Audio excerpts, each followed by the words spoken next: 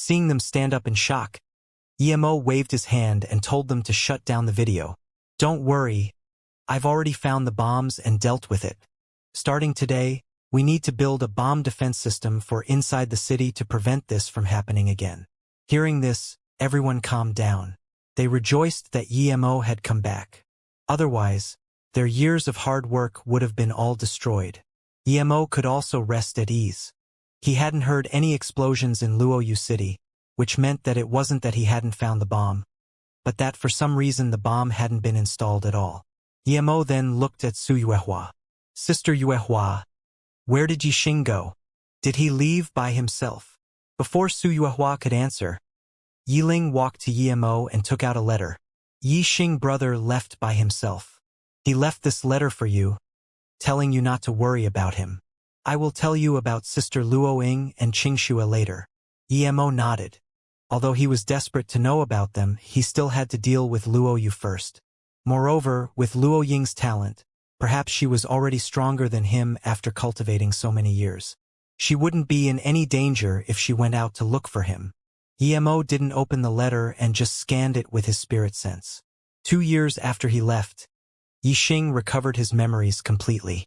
He knew where he came from, so he used Luoyu's resources to build his own spaceship in 6 years and leave the country. Yixing said that because he only had 4 energy stones and the materials might have not been good enough, the spaceship couldn't leave Earth. However, he wanted to use it to go around and see if he could find why he had come there and if it was possible to go back. If not, perhaps he would go back to Luoyu in a few years. At this moment, Su Yuehua's phone rung. Su Yuehua picked it up and immediately put it down in joy. According to our satellite image, there was a sudden huge explosion at Xianxia Island. It almost turned the island upside down. We've sent people to investigate the cause. Emo nodded. He was shook. These bombs were really powerful. At the same time, Dongfang Wang, who was still in Northern Sand, didn't hear news of Luoyu being bombed either. Instead, he got news of Xianxia Island being bombed and how his words had been broadcasted live. He was so angry he spat blood and cursed at Emo before fainting.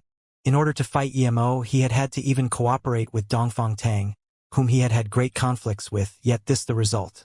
Seeing Yemo's calm expression, everyone who knew him understood what had happened. They couldn't believe that Emo could transport all the bombs to the island in such a short time. It was impossible. Emo felt very satisfied upon hearing these news. Dongfang Wang had destroyed his own base. Ha ha ha. Currently, Luoyu needs development. I want to hear everyone's ideas, Emo asked. As for Dongfang Wang, he had decided to go kill him later. Su Yuehua got up and said, President, I have made grave mistakes during my time as city lord. I wish to resign. Emo nodded. Su Yuehua wasn't suitable for that position indeed. But who would replace her? This person must have political capabilities and be completely loyal to Luoyu. Emo wasn't too worried about the second part, as everyone there was loyal. Yizifeng also got up and said, Big brother, I don't feel like I should stay as vice city lord. I request to resign. Yiling also wanted to say something, but Emo knew what she was about to say, so he patted her shoulder for her to sit down. Who do you think is the most suitable person for the city lord position? Emo asked everyone. Everyone looked at Emo. He was certainly the best candidate, but they knew it was implausible. He wasn't at Luoyu most of the time. Seeing that nobody talked, Emo said, I'll name the various positions in Luoyu, and from now on, the citizens will vote for the city lord. All the other political positions can be decided by vote. Now, I suggest Naval Commander Huang Enian to be the next city lord. Emo had chose Huang Enian after careful thoughts. First, he was experienced in all sorts of battles, especially naval. Luoyu was surrounded by sea. Second, Huang Enian was old and reliable. Luoyu needed development now, not war. Third, he knew Luoyu deeply and loved Luoyu. Yes, I accept this. Huang Enian wanted to do things for Luoyu. He felt that some of what Su Yuehua had done before wasn't right, but he had just been a naval commander. It hadn't been appropriate for him to say a lot of things. Emo then looked at Su Ping. Second brother don't need to be the military commander anymore. Prepare to establish Luo Yu City's martial academy. Only those at black level or above can join. They will be responsible for Luo Yu's high-level safety. Second brother can be the director and sister Yuehua is the vice director. After what happened before, Yemo felt like he needed to be responsible for the safety of Luo Yu's management level. Otherwise, if another master came, Luo Yu City would still be in danger. Even China had the Heaven Squad. Half-great Heaven Masters were extremely rare in the outside world. Yet Dongfang Wang had found 2 immediately. Yemo felt like he needed to investigate Dongfang Wang to know how he could have gotten his masters to work for him. Yemo looked at Guo Qi and said, Guo Qi will take over second brother's position as the head of military in Luo Yu. Li Sandao will be the ground forces commander. The naval commander will be appointed by City Lord Huang. Air Force commander remains the same. Zhang Jian will be first vice city lord and Yi Ling the second vice city lord. Yu Miaodan will be the minister of foreign affairs. Fang Wei will continue to be the head of police and Shi Xiu can be sister Yu's assistant. Shun Qianxian and Lu Lin will stay in their positions. After all this, Yemo said again, Luo Yu's martial academy will be the best ancient martial arts cultivation place. If anyone's interested, you may all go there to learn. But there's one requirement. You must not teach anyone what you learn there. And Zifeng, you must go to study there for some time too before coming back to do things. Everyone left after the meeting. Although Yemo had said that the future positions would be decided by vote, for now he would assign everyone. Yemo left Zhang Jian, Su Ping, Su Yuehua, Yi Ling and Yi Zifeng in the room and asked Yu Eru to come. After they all gathered, Yemo took out 3 great essence-increasing pills and gave them to Zhang Jian, Su Ping and Su Yuehua. After you eat this pill, you will reach great heaven. Luo Yu needs masters because I can't always be here. Ha! Su Yuehua and the others stood up in shock. There were such pills that could make one reach great heaven. If news spread out, the entire hidden sects would rush to Luo Yu fearlessly. As for Su Ping and Su Yuehua, they didn't really care about being city lords. They were pursuants of the extremes of ancient martial arts. So now they were just too shocked at being able to reach great heaven. From what they knew, the entire ancient martial arts scene had no great heaven master. Tan Jiao had gone into hiding after being defeated by Yemo, while Ren Pingchuan had been killed by Yemo immediately, so no one even knew about him. If Yemo could let people reach great heaven so easily, what power level was he himself at? After Su Yuehua and the others left, Yi Zifeng got up and wanted to say something to Yemo, but Yi Ling stopped him. She knew what Yi Zifeng was going to say and what Yemo was thinking. Dongfang Chong was dead, and what Dongfang Nana had done in Luo Ying inexcusably deserved the death penalty. It wasn't suitable to beg mercy for her. Yemo looked at Yi Zifeng and said, I don't think that you don't know anything about what the Dongfang family has been doing at Luo Yu. I think you also know best whether Dongfang Nana really liked you. I want you to be prepared before you go to the martial academy now. Big brother, please let Nana go. She's innocent. She was forced here by the Dongfang family. That Dongfang Tanjin isn't even her real brother either. Yi Zifeng's eyes went red. He knew that his big brother wanted to kill Dongfang Nana. Yemo sneered, Zifeng, you know in your heart how innocent she is. Not only is she not innocent, she deserves to die. You're about to go to the martial academy, but you want to keep her, so she can continue betraying Luo Yu. Big brother, I want to take Nana and leave Luo Yu. Please let her go. Yi Zifeng's tone was bitter. Clearly, Dongfang Nana was of greater importance to him than anything else. Yemo sighed. Yi Zifeng wasn't his real brother, but he had never treated him any different. It was impossible to keep Dongfang Nana in Luo Yu City, but clearly Yi Zifeng's love for her ran deep and it would be impossible to make him give up that woman. Yemo thought of Luo Ying, Ning Qingxue and Mu Xiaoyun. It would be impossible for him to give up any of them too. Even if they did something wrong one day, could he kill them himself? Yemo knew he couldn't. If he couldn't do that, why force Yi Zifeng to do it? Yemo sighed and didn't say anything. But Yi Ling knew that Yemo was allowing Yi Zifeng to leave Luo Yu, and her heart ached. Second brother, let's leave now. Yi Ling pulled Yi Zifeng out. Emo knew he could no longer kill that Dongfang Nana. Although he knew she was very fake, love was love. No one could explain it. If it wasn't like that, Yi Zifeng wouldn't have been dumb enough to be used and still be confused after it came out. He hoped that Yi Zifeng would take Dongfang Nana and start up a family by himself instead of going back to the Yi family. It would be no good for her to go to the Yi family. Master, there will appear a path after arriving at the foot of the mountain. Some things are better left aside. You Eru comforted. Emo came back to his senses and smiled. Eru, you're right. Why think too much? By the way, I called you over to test your spirit root. Then, Emo took out the testing device and said, put your hand inside and use some inner chi. Okay. Eru did as he was told, and 3 rays of light soon shone on the device. Earth, wood, and fire? Emo frowned. A triple element spirit root wasn't good, and the testing lights of Eru's spirit roots were pretty dim. Master, what is an earth, wood, and fire spirit root? Eru asked. Emo said, what I cultivate is very complicated. You've followed me for this many years, yet I haven't taught you anything. Herbs are just one of many fields I am proficient in, and I actually don't cultivate ancient martial arts. What I cultivate in is called truth cultivation. It's a very boring thing, but if you cultivate it to the extreme, it is far superior to ancient martial arts. Are you interested in learning it? Eru immediately said, Master, I am willing. Okay. Emo nodded. Remember, you must not tell anyone what I teach you. I have one other disciple, and although you followed me first, strictly speaking, he's the first disciple I've taught truth cultivation. Master, I don't mind what number disciple I am. I just want to follow Master and learn truth cultivation. But what if Xiaozhen sees what I'm cultivating? Eru asked. Emo smiled. She's your wife, so if she's willing, you can teach her. Just remember to keep it a secret. Now pay attention.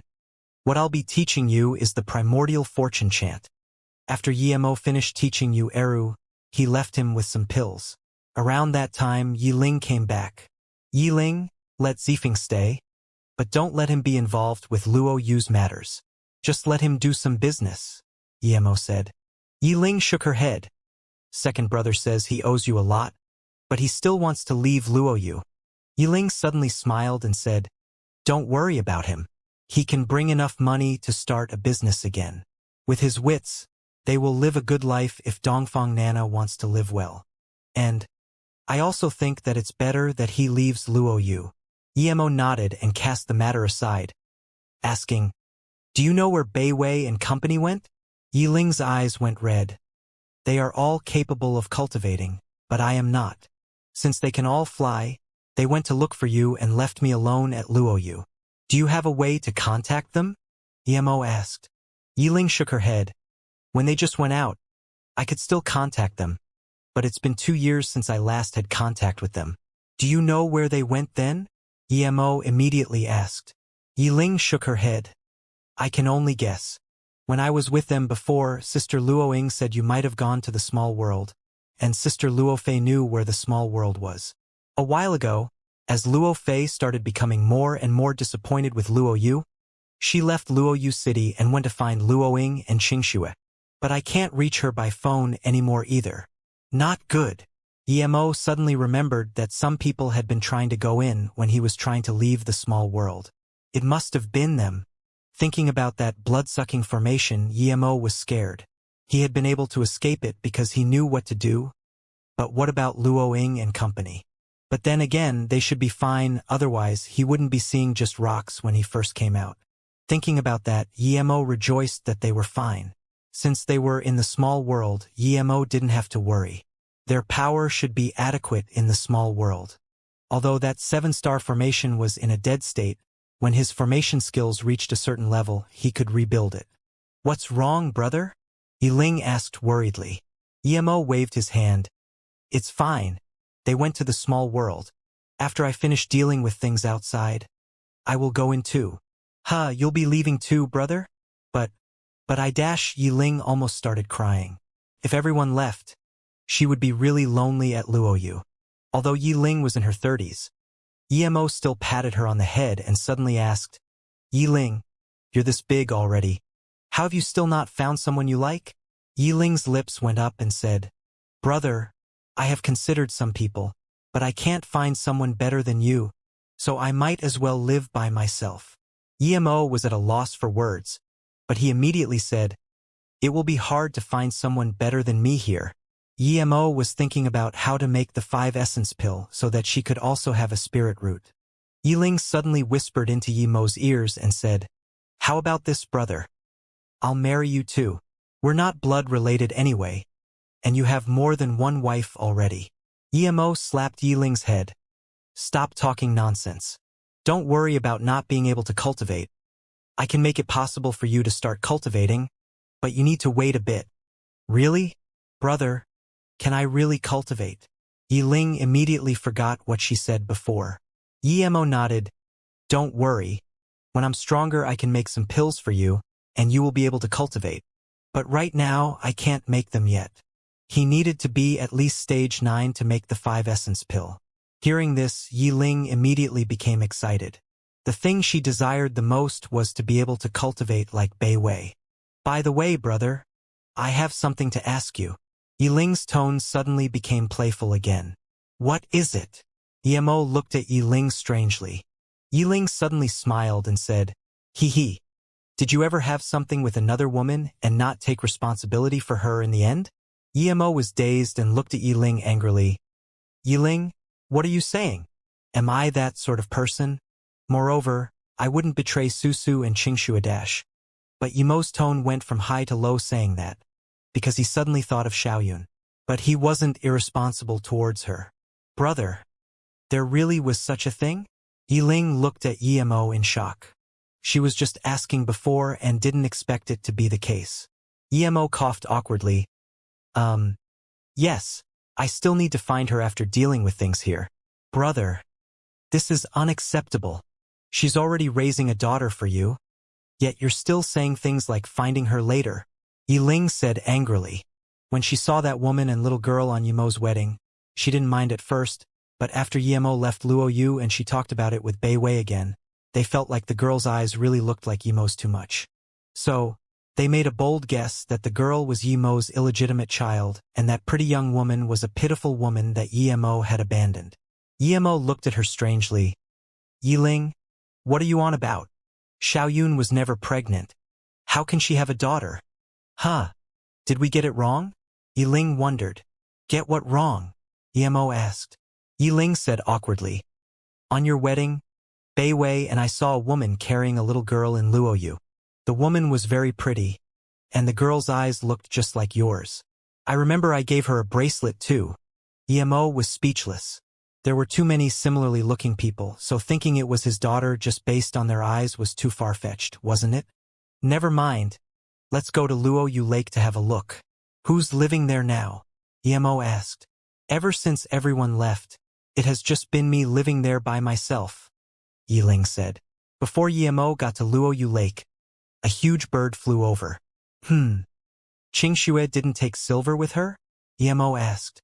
No, they were planning on coming back quickly, so Silver has been staying with me. Yiling hugged Silver. By the way, brother, 5 years ago, Sister Jingwen and a girl called Qi Wanqing came looking for you. But you never came back, so after staying for a while, they left Luoyu. Yiling suddenly remembered Su Jingwen. Yiling knew what Su Jingwen's feelings were and felt bad for her.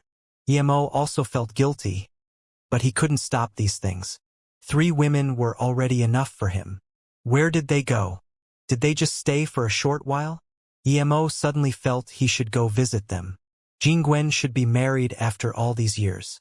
Yiling hesitated before replying. I don't know where Sister Jingwen went either, but she had been living at Ninghai. Last time she came, Sister Luo Ying taught her cultivation and both of them were fit for cultivation. They stayed at Luoyu for half a month before leaving.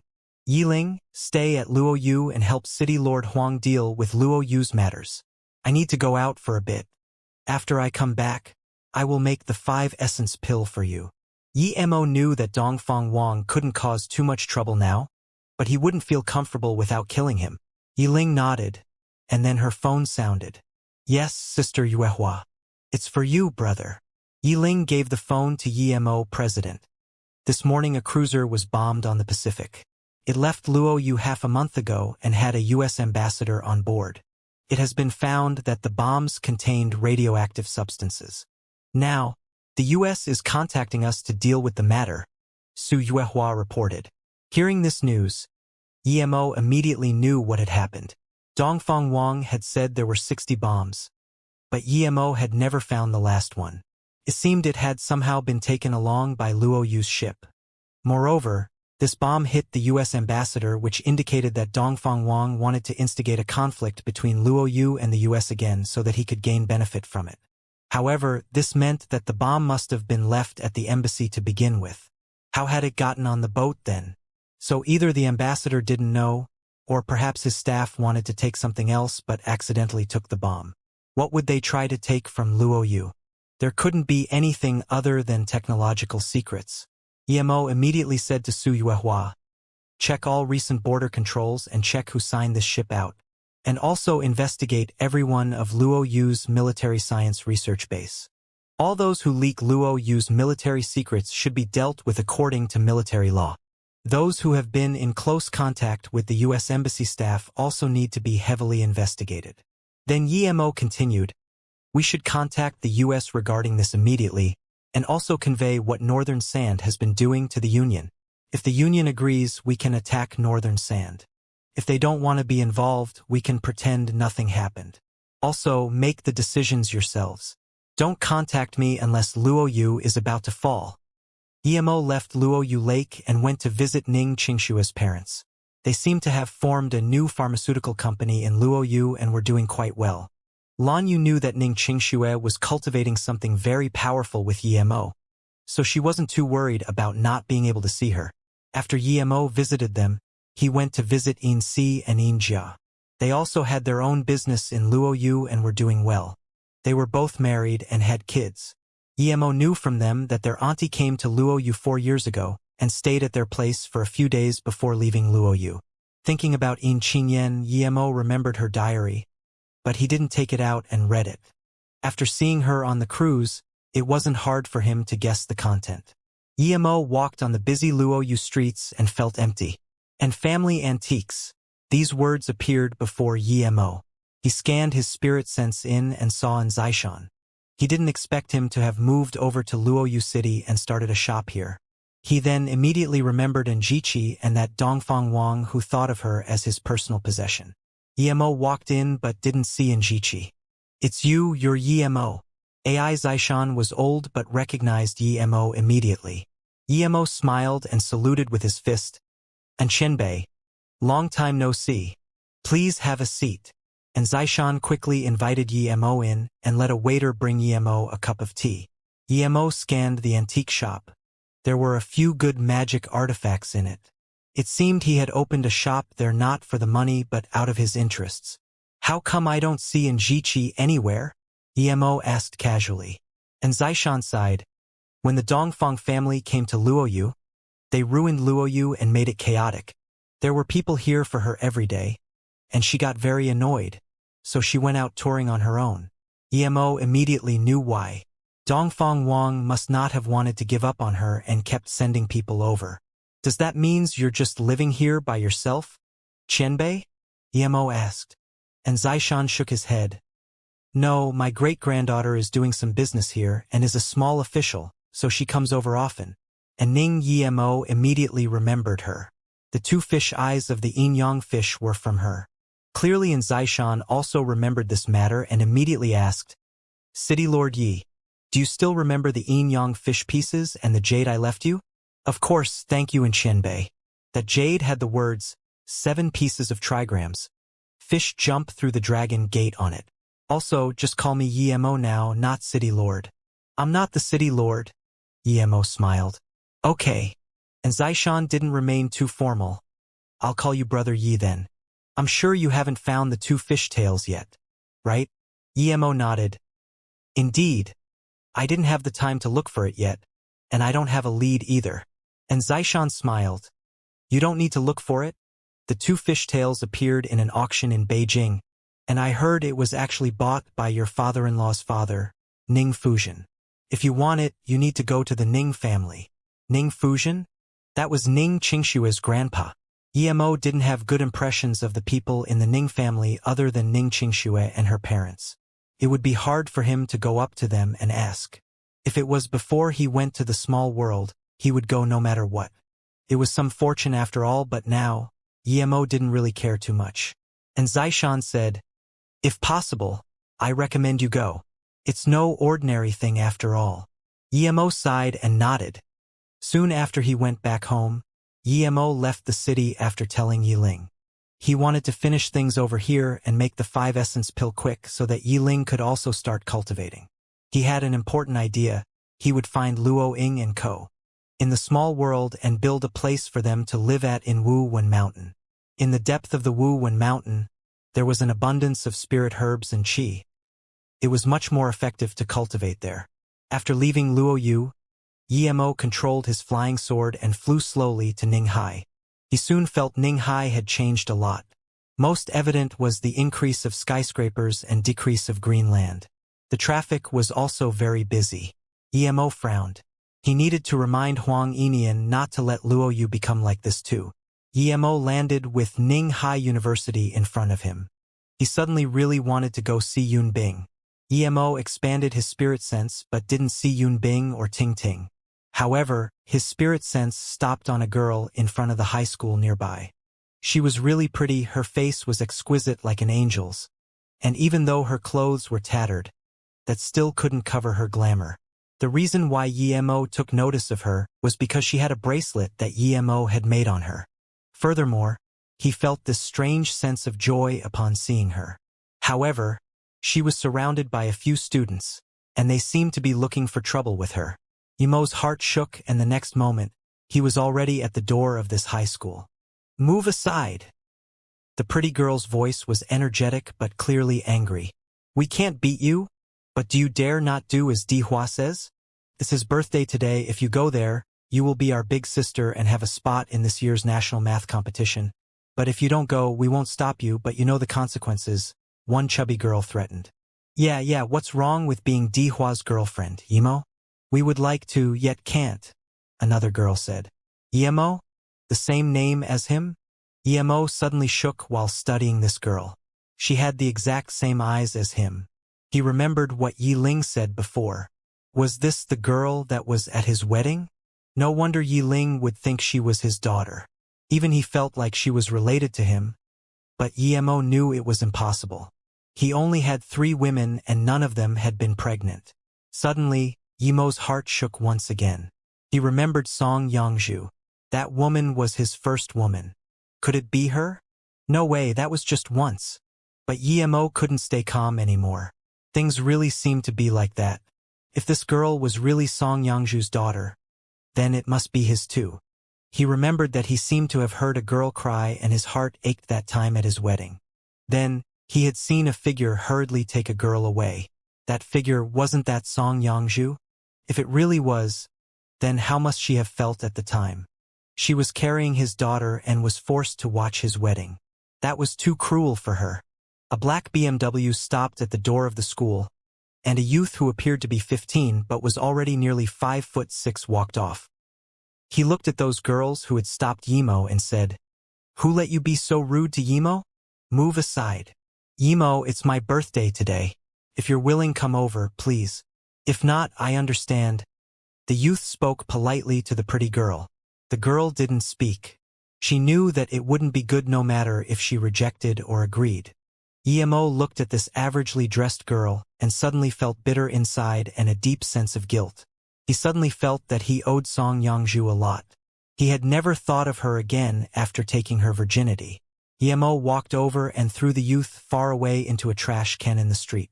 Then, he looked at the excited girl and asked, "What's your name?" The girl looked at Emo in shock. If Emo could casually throw Defan out, he was definitely a master. She had heard her mother talk about ancient martial arts. Perhaps this guy was even at the yellow level. Although she knew about ancient martial arts, she had never cultivated them. Her mother said it was very costly, and they didn't have a lot of money.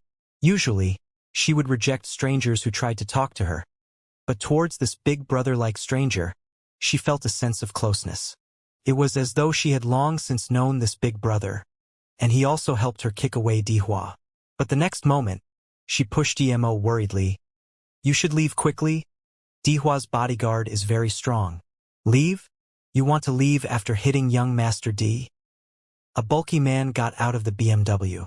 Seeing this, the girl got all the more worried. Meanwhile, Emo saw that his was a guy who wasn't even yellow level yet. Before this bodyguard could attack, he sent out a kick, using a little more force than before. This guy couldn't even defend himself and crashed into the young Master D who had just crawled up. Ha! This girl stared at what was happening in shock. Big brother, you're really strong. Emo waved his hand. I'm much older than you. Call me uncle. What's your name? Emo thought. If she were Song Yongju's daughter, who should be at the black level, there is no way she wouldn't know how strong Song Yongju is. Had he guessed wrong? I'm Emo. As the girl said this, Emo was dumbfounded. His hands started shaking. Her surname was Emo? Emo looked at Emo's shaking and suddenly asked, Uncle, are you okay?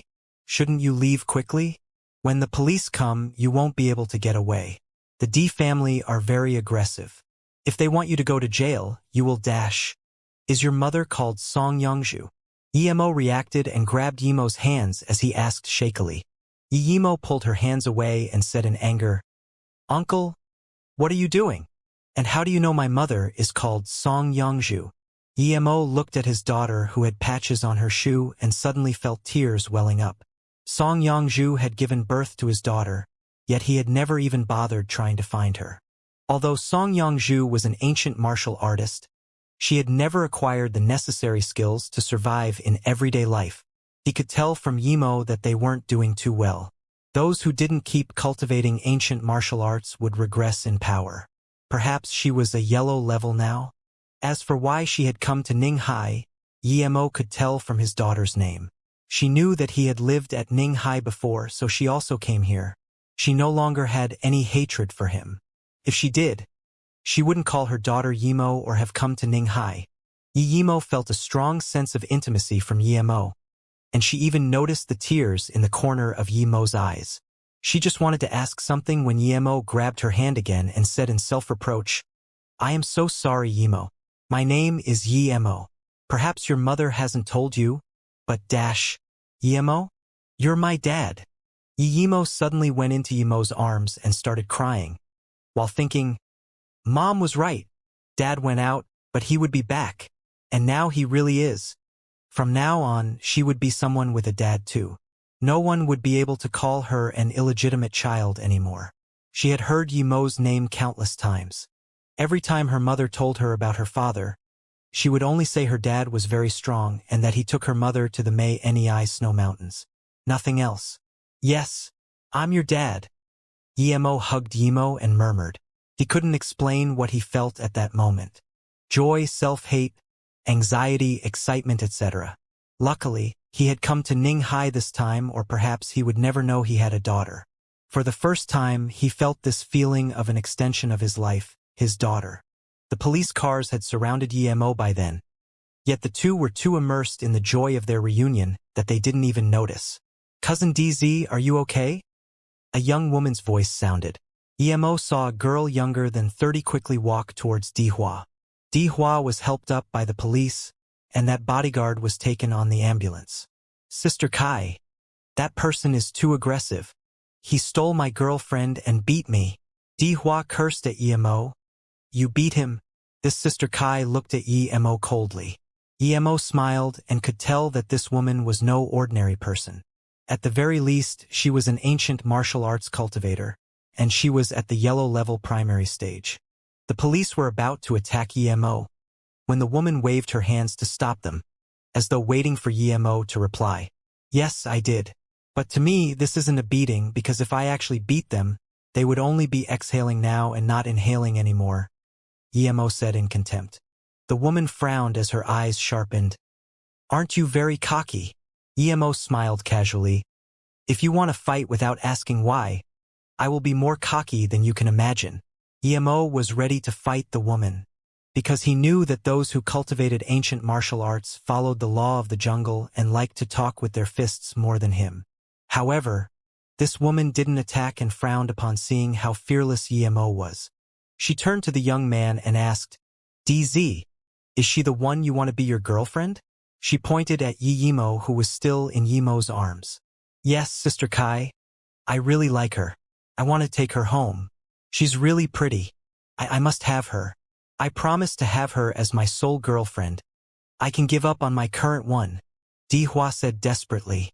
To him, as long as Sister Kai was here, everything should be easy. The woman looked at Yimo, and her face eased a bit. She looked at Yimo and said, "Who are you to this girl?" Although DZ is only in year 12, he really likes this girl. This is their fortune, and DZ would not mistreat her. "I think piss off." Yimo yelled coldly and slapped out twice. Yimo slapped that kid Dihua flying, and before he even landed, his teeth landed first. There were 2 slap marks on his face, with blood seeping where the palm prints were. Even his ears started to bleed. Yimo said coldly, "That pig of yours does not deserve to associate with my Yimo." Yimo was really furious. Yimo was his daughter, and she was only about 13 now, yet this bastard wanted her to be his girlfriend and take her home. Yimo really wanted to kill them right away, but he couldn't kill right now. If he did, then the news of Luoyu City's Yimo killing someone would be broadcasted all over the world. And even if he could mask his face completely, he didn't want to kill in front of his daughter right after reuniting with her. If he hadn't come to Ninghai and found her, his daughter wouldn't have been able to escape and would fall into that kid's hands eventually. That youth was clearly not a good guy, and their family was apparently quite powerful too. Song Yangzhu and Yimo would never be able to beat them. "You!" Sister Kai pointed at Yimo, shaking with anger. "You're a mere yellow-level primary stage. Stop making a fool of yourself in front of me. I should be the one looking for trouble with you, and the only reason why I'm not is because I'm not in the mood for it. But if you ruin my good mood, I will come look for trouble, and you'll regret it then." The woman stopped her urge to attack. She suddenly had a bad feeling.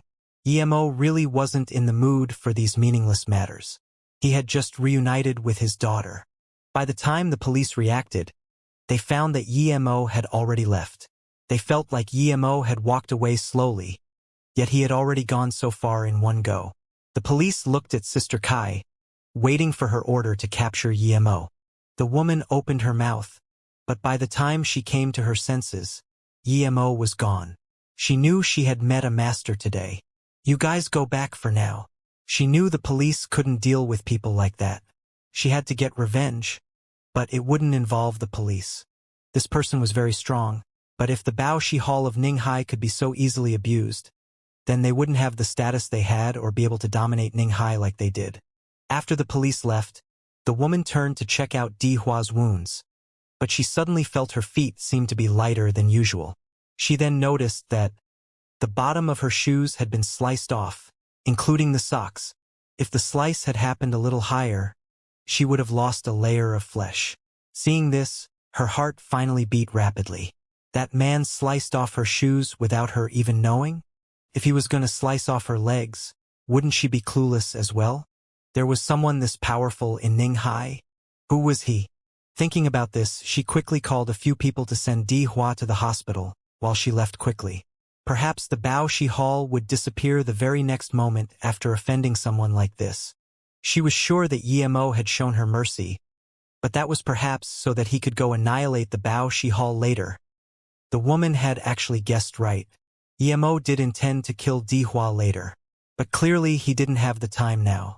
Yimo's body was in the middle of that crucial stage of development, yet her nutrition wasn't good. It was very important to help her treat her body first. "Is your mother fine?"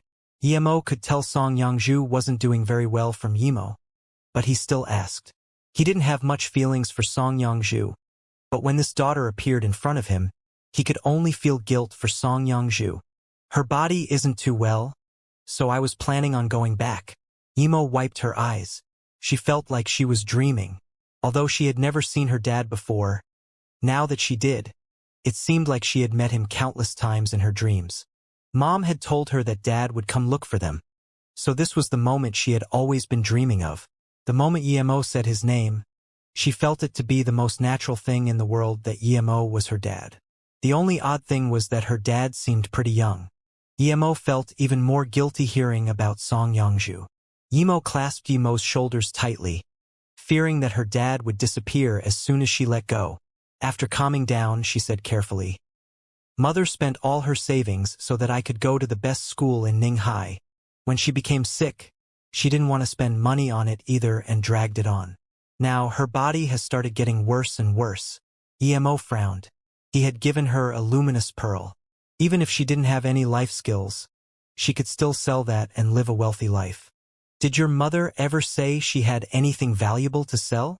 Emo asked. Emo nodded. "She has a very pretty pearl, and Mother told me it could be sold for a lot of money. But that was the only thing Dad left behind, so she didn't want to sell it." I agreed with her. "Dad, you left that luminous pearl for Mother and me, right?" Emo thought Song Yongju would be renting something not too far from the school. But when the driver drove them all the way to the suburban areas, Emo realized how far his daughter had to go to school. It was understandable when you thought about it, though. With Song Yongju's financial status, she wouldn't be able to afford houses in the city. He didn't even dare to look for Song Yongju with his spirit sense, and he didn't know what she would be like right now. After getting off the car, Emo pulled Emo to a civilian house. Emo was dumbfounded. A woman with white hair was struggling to pull a bucket of water, and as she wanted to bring it to the stove, her footsteps showed that she didn't have the strength for it, and water kept splashing out. Was this Song Yongju? That cold-faced, beautiful woman? Emo felt unimaginable regret. If he didn't recognize that prideful temperament and that barely familiar face, Emo would doubt if this woman was really the same Song Yongju he knew. That black-level woman was now not even at the yellow level and even had internal injuries.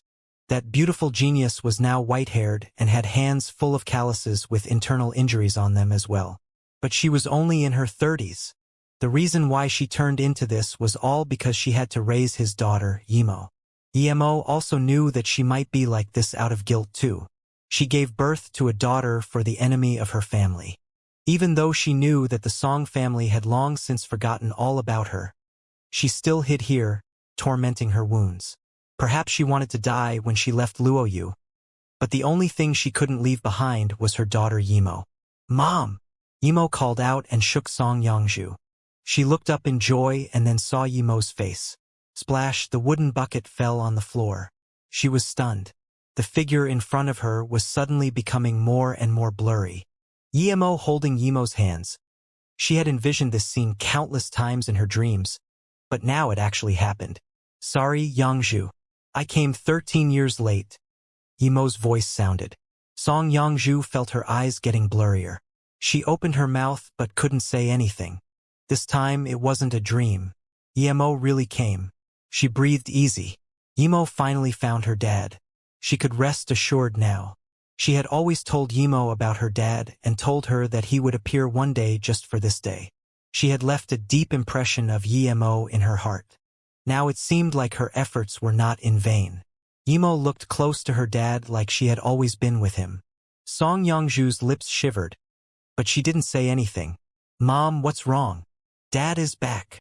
Emo noticed that her mom didn't seem to be acting right. Song Yongju smiled and returned to a normal look. "Emo, you need to listen to your dad from now on." Then Song Yongju said shakily to Emo, "Water splashed on me. I'm going to change." "Dad." Mom is dash her mother always told her about her dad. But now that her dad was back, why was it that she didn't have much to say? She wasn't as excited as she would have imagined.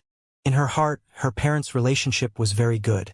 So how come that didn't seem to be the case? Emo looked guiltily as she walked into the room and closed the door. When she started taking off her clothes, Emo retrieved his spirit sense. "Dad, I'm going to cook, and I'll clean the kitchen." She said this so that her parents could have some alone time. Emo knew what his daughter was thinking. He ruffled her hair and said softly, "Okay." Song Yongju put on the clothes she used to wear in the past and looked at herself in the mirror. After a long while, she said, "You still look the same as before, but I am old. Now that Emo found you, I can rest easy. Then, she took out a dagger, rubbed her eyes in the mirror, and stabbed the dagger at her throat without hesitation. She was a prideful woman. She didn't want her man to see her like this. She knew he had two goddess-like wives and also knew that he didn't love her. Her pride wouldn't allow her to expose herself like this to his other wives. Her pride didn't want to make things hard for him. She was Song Yangzhu. She was also a prideful and beautiful woman. At least she was still a prideful woman. Time could rob her of her youth, but it couldn't take away her inner pride. She didn't need love or pity. Now that Yimo had found a new home, she no longer had any attachments. However, the dagger didn't pierce into her throat. A hand was grabbing the dagger. Blood spilled from the dagger. As Yimo didn't use qi to stop himself from being injured, he felt like he owed Song Yangzhu, and it was right that he bled for her. Yangzhu, you're being stupid. Since we've met again, this is a matter of fate. Why do this? Yimo's tone was sunken. He felt very bad. He knew what she was thinking but didn't know how to comfort her. He could easily recover her looks, but the decade of trauma wasn't so easily made up for. Huh? What happened to your hand? Song Yangzhu quickly grabbed Yimo's hand. She forgot about her pride and just wanted to quickly find something to bandage it. At that moment, she forgot how strong Yimo was. How could that small wound affect him? Yimo used his qi, and the wound soon healed. He took Song Yangzhu into his arms and started caressing her white hair. Song Yangzhu's body stiffened. An inexpressible sadness rose from her heart. For all these years, the only kin she had was Yimo. All these years, she didn't have a home, and she had thought countless times of leaning in Yimo's arms. Today it happened. She cried at that moment. She felt like a weak child. The senseless feeling she had felt when she hurriedly took Yimo away from his wedding, and all the suffering she had gone through seemed to have melted as soon as Yimo came back. She had never loved before, and she didn't know if this was love. But ever since he pushed her out of that exploding tomb, she remembered him forever. She still remembered that when she heard Yimo was fine, she rejoiced from the bottom of her heart. Yimo, I don't deserve you. I'm old. Song Yangzhu said. She didn't actually want to leave her daughter or Yimo, though. You're not old, Yimo spoke softly. When those young masters of the Song family fell in Ninghai and lost their lives, Ninghai became quiet. Even the mobsters didn't dare to be cocky, because they knew there was a Yimo in Ninghai. However, this situation was broken 8 years ago. 8 years ago, the mafia mongrel Di Dongbing returned from Italy and set up the Baoshi Hall. Ever since then, the area was under the reign of the Baoshi Hall. The hall wasn't only in Ninghai, it was a famous European corporation. The Baoshi Hall in Ninghai was involved in a wide range of dealings. They would meddle in whatever could earn them money. Today was a celebrational day for them as it was the big boss's only son, Di Hua's birthday. A second reason was that Di Caifeng's master would be coming to Ninghai that night. Di Caifeng's master was no ordinary person. What Di Dongbing was most satisfied about was not spreading his corporation all over the world, but knowing Di Caifeng's master. This master also said that he might take Di Hua in as his disciple. At this moment, a hurried footstep broke his train of thought, and Di Dongbing frowned.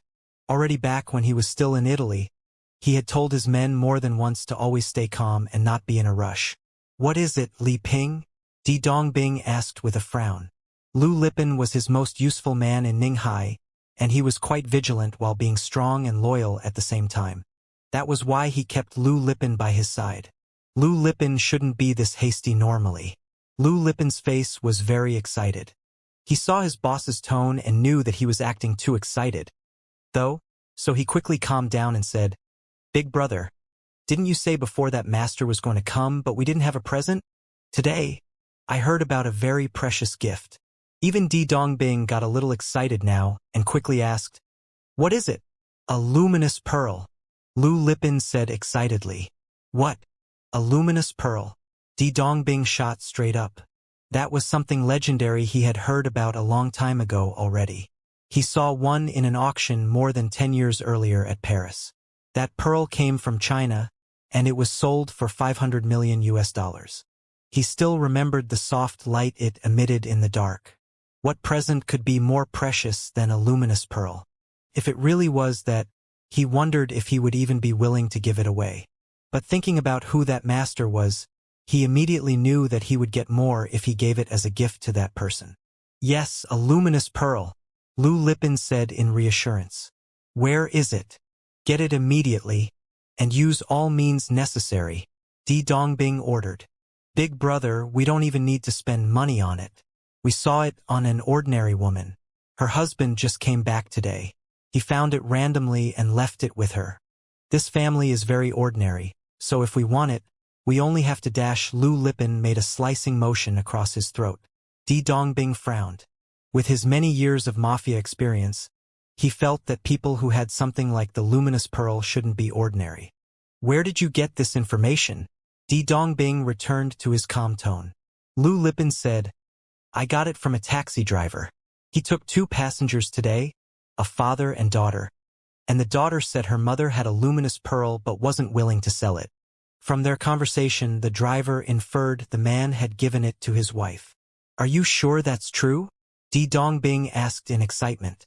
Lu Lipin nodded. Yes, from what the girl said.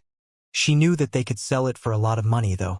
And she also confirmed with the man whether he had given it to her mother. Okay then. Di Dongbing yelled in joy and said, Bring it immediately. Since they know it's a luminous pearl, they won't sell it easily. Do things clean and don't cause trouble. Yes, big brother, don't worry. They're just ordinary people. Even if they're public figures, we can do it cleanly, Lu Lipin affirmed. Yimo was cleaning the kitchen and remembered that her parents were still inside. She secretly went by the door and saw her mom in her dad's arms and quietly closed the door before going to cook. She was really happy. It was said that kids from poor families matured early. Although she was just in 7th grade, she understood very clearly how tough her mother had it. Yimo knew that Yimo had come take a peek, so he patted Song Yangzhu's shoulders and said, Yangzhu, let's go out and eat. Yimo is cooking, but I'll tell her to stop. We will go out to eat tonight.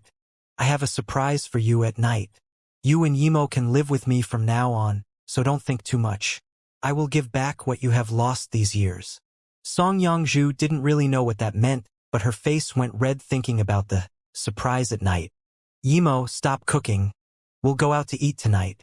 Yimo brought Song Yangzhu out and felt a sense of satisfaction seeing his daughter. Really? Yimo looked surprised and joyful. She remembered the delicious smells of the dishes she smelled every time she walked past restaurants, and now, her dad was going to take her out to eat.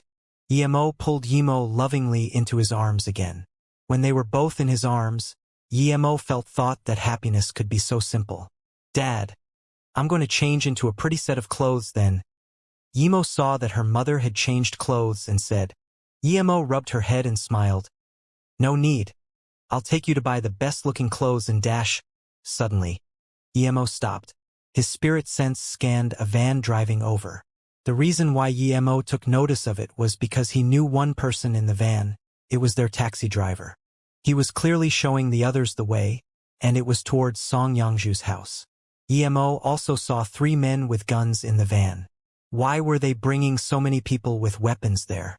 Did that woman call for them? He hadn't had time to look for her yet. Yet she came to him? But soon, Yimo realized it probably wasn't her. There wasn't even a yellow level aboard the car. She would never let ordinary people take him on. Soon, Yimo realized what the problem was from their conversation.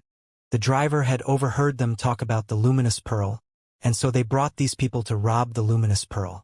Thinking about this, Yimo's killing intent rose. Luckily, Yimo had spoken about it in front of him. If it had gotten leaked before today, they wouldn't even be alive, and Yimo would never even know he had a daughter. Yangzhu, pack your things with Yimo actually.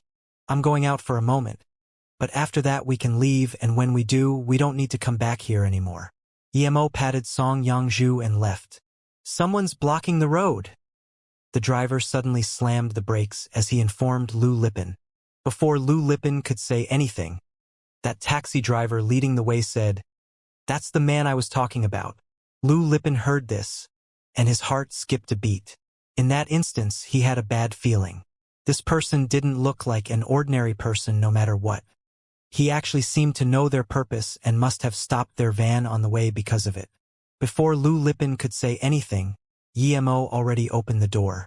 No one knew how he opened the door, but the 4 people aboard looked at Yimo in a daze. It seemed like they weren't the robbers, but this guy who went on their van without their approval was the robber. You guys probably want this, right? Drive the car to the side of the road, Yimo said after taking out the luminous pearl. A faint luminosity spread out in the van, giving everyone a soft feeling. Luminous pearl? Lu Lipin called out in joy. No matter what, this luminous pearl was real. The next moment he wanted to rob it, but he immediately stopped himself. Drive the car to the side of the road. Lu Lipin pointed at a distant corner and said. Lu Lipin's words made the rest of the men subconsciously clutch their weapons. Although they didn't know why Yimo brought the luminous pearl on the car like that, it was a fact that the luminous pearl was about to be the Baoshi Hall's. Yimo put the luminous pearl away. Soon, the car stopped at the corner. Lu Lipin just wanted to take out his gun when he saw a few red lights flash by him, and the other 3 couldn't even take out their guns before they were surrounded by balls of fire and died. By the time Lu Lipin processed what had happened, he saw Yimo looking at him with a scornful smile. Those men who had been alive just moments earlier eventually disappeared into dust. They couldn't even scream. If he hadn't seen it with his own eyes, he would never believe such a spiritual incident. Lu Lipin couldn't stop shivering. He had experienced bloody battles, but never had he witnessed a scene as shocking as this. Where are they? Lu Lipin subconsciously asked and then immediately felt that he sure was dumb. Was it your idea to take my luminous pearl, or is there someone behind you? Yimo asked. If it wasn't because he wanted to ask this, Lu Lipin would be dead already as well. Lu Lipin's teeth chattered. He didn't even dare to lie and answered. It was my big brother, Baoshi Hall's Di Dongbing. Di Dongbing? Yimo didn't know this guy, and he didn't want to know. Right now, what mattered wasn't to go look for trouble with that man, but to go eat with Yimo and Yangzhu. He casually threw a fireball at Lu Lipin and left the van. Song Yangzhu and Yimo barely had any belongings. There were mostly daily items and Yimo's books. Dad, there's a lot of things here. Should I call for a car? Yimo asked. No need. Yimo casually took everything into his ring. Since he was planning to take them away, he didn't want to keep hiding from them that he was a cultivator. Both Yimo and Song Yangzhu looked at Yimo in shock. Where did all those things go? Dad, do you know how to play magic tricks? Yimo asked after a long while. Yimo then pulled their hands and sat down, telling them all about his cultivation. Dad, can you really fly? Yimo grabbed Yimo's hands as she kept asking questions. Yimo smiled and grabbed the 2 in his arms before taking out his flying sword. The flying sword had a purple ray on it, and they quickly shot into the clouds. Yimo was waving her hands about, unable to say a complete sentence, while Song Yangzhu was completely frozen. She knew Yimo was no ordinary person, but she didn't expect him to be able to fly. If all these events weren't so real and right in front of her, she would think she was dreaming. Dad, is this the cultivation you were talking about? I also want to cultivate. Yimo hugged Yimo's arms excitedly. Di Dongbing's joyful mood was interrupted once again, and he got up in annoyance. If his loyal man wasn't getting the luminous pearl, perhaps he would start raging already. This was the second time today his good mood was ruined by the sound of desperate footsteps. But after seeing the person, Di Dongbing immediately didn't feel angry anymore and sat down again, changing his expression into a placid facade. It was his niece Di Kaifeng. Although she was his niece, she was extraordinary, and her status wouldn't be any lower than his at the moment. Perhaps it was even higher thanks to her master. Kaifeng, why did you come in such a rush? Didn't your master say he would be coming at night? Come, have a cup of tea. Di Dongbing smiled and poured her some tea. Di Kaifeng just sat straight down and said with a serious face, Uncle Bing, today cousin Di Hua was beaten heavily, and he's in the hospital right now. The doctor said he might lose his hearing. His face was also ruined, and he lost all his teeth. What? Di Dongbing could no longer stay calm and got up drastically. His only son was beaten up so severely? Di Dongbing's face became cruel. Who was it? Who dared do such a thing? Who did it? Where is he? Di Dongbing asked with a green face. He believed that since his niece came, it meant that the culprit was under control. In Ninghai, it was just a matter of one order and he could catch anyone. However, Di Kaifeng replied seriously, "Uncle Bing, sit down first. This matter isn't that simple. I was there at the time and I felt the power difference between us was too great, so I didn't dare to attack. But I know this thing isn't over. And I don't mean that we should be going to find him, but that he might come for us. Might dare to come for me before I get to him?" After a long while, Di Dongbing asked to be sure. Di Kaifeng nodded. "It's not whether he dares or not. He will come for sure. The only reason why he didn't talk too much with me before was probably because he had only just found his daughter." Di Dongbing's face sunk. He knew his niece's power. Someone whom she can't even beat was definitely strong. It was a joke to try to capture someone like that through police. "How old is he? Even you're no match for him. Is he at the yellow level tertiary stage?" Di Dongbing had to know what sort of opponent he was facing. Di Kaifeng replied, "He looks like he's in his 20s, but he sliced the bottom of my shoes without me noticing at all. I'm sure that if he wanted to slice my legs off, I wouldn't be able to keep my legs. He's definitely not just at the yellow level, he's at least at the black level." That's strong. Di Dongbing's heart was getting cold. It was no joke to offend a black level master. His Baoshi Hall wasn't small and might be the overlord here, but any black level could easily annihilate the hall. Not to mention, those who cultivate ancient martial arts have very little care for the law. If someone like that wanted to annihilate the Baoshi Hall, even the government wouldn't be able to stop them in time. But if he was prepared, then even a black level wouldn't be able to easily annihilate his Baoshi Hall. At the same time though, he wouldn't have the strength to kill the man either. Di Dongbing gasped. He didn't expect to casually offend someone like this today. No wonder he was so restless all day. But was he just going to let his son get beaten like that and not get revenge? "Uncle Bing, don't worry too much. This is all just my guess. It's very rare for someone to reach black level before 30. Besides, even if he is black level, the Baoshi Hall doesn't have to fear him," Di Kaifeng said. Di Dongbing nodded. "I'm not scared. Although we don't have black levels, we're not just for show either. Now that I'm prepared, if he dares to come to Baoshi Hall, I will make sure there will be no return for him. I might lose a few brothers at most. But if we tried to go capture him, it would be much harder." Di Kaifeng mused for a moment before saying, "My master will come tonight, and I've received news that he has reached the earth level." "Kaifeng, your master reached the earth level?" Di Dongbing stood up in joy. If Caifeng's master dealt with this cocky youth, then they didn't need to worry about anything. Di Kaifeng knew what her uncle was thinking and said worriedly, "Although master agreed to take me in as a formal disciple, I'm not one yet. Master is from the hidden sects, so even if I become his formal disciple, I can't ask him to attack people as soon as I see Di Dongbing suddenly laughed bleakly and interrupted. "Don't worry, Kaifeng. I've prepared a big gift for him, and we should be able to get it soon. This gift will move him for sure." "What is it?" Di Kaifeng asked. "Luminous. Pearl."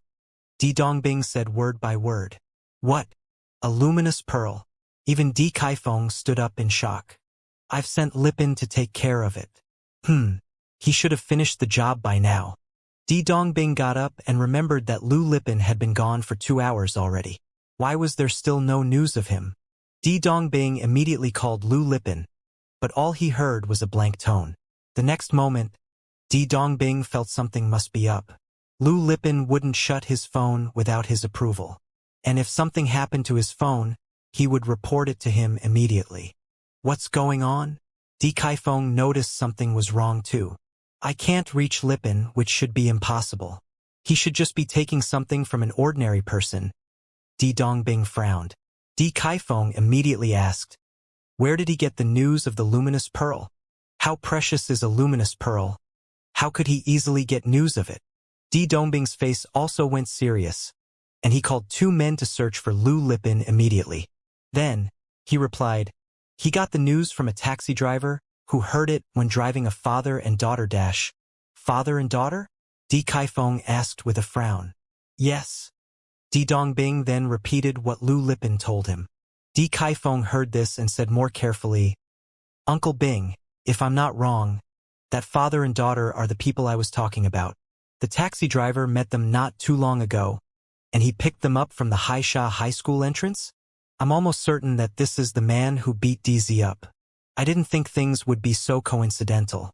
But now that I think of it, it's normal for someone like that to have the luminous pearl. Di Dongbing took a cold breath in and looked at Di Kaifeng in shock. Then that means that Lu Lipin and company are already. Di Kaifeng nodded. If it was really that person, then they might not be in a good state.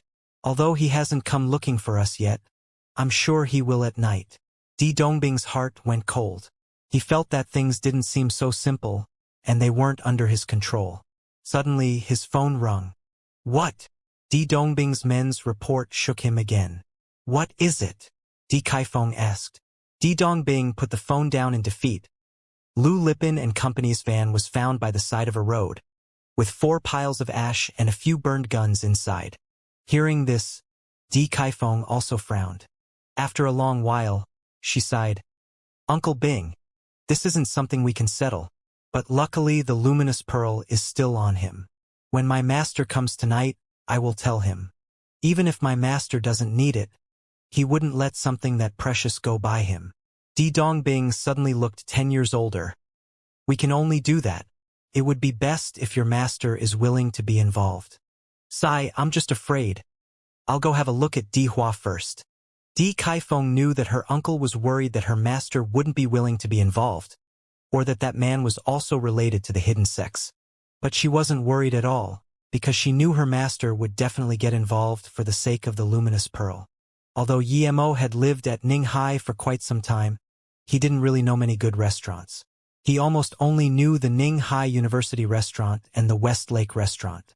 So Yemo took them to Grand Delicacy, one other restaurant he knew. It was closer to where Yemo was, and he had gone there once with Ning Qingxue. That meal, Yemo had spent all the money he had on him. The dishes were expensive, but they tasted nice.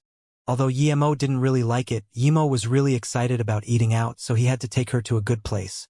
Grand Delicacy was a rather high-caliber restaurant in Ninghai, and many wealthy people ate there. Yemo and the girls caught the eyes of many people as soon as they came in. Although Song Yongzhu was in a really weak state, after seeing Yemo, she had cleaned herself and now showed her special temperament again. Seeing Song Yongzhu look down, Yemo pulled her hand.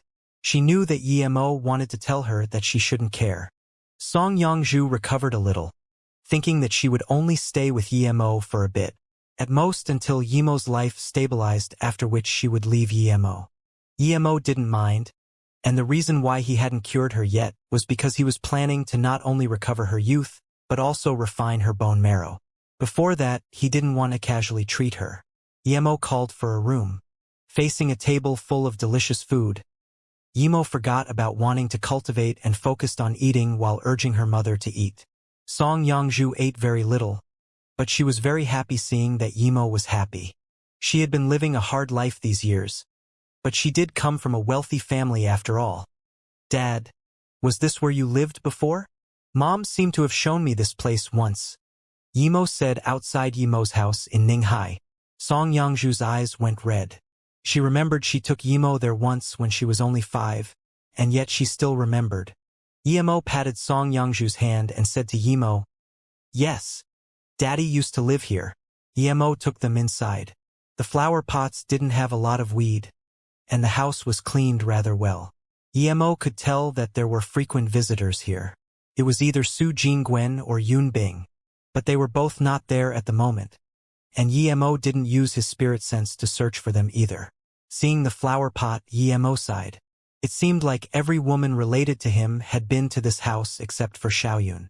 Yemo went inside the house and used a few cleaning spells before saying to Yemo, "Sleep in the west room tonight.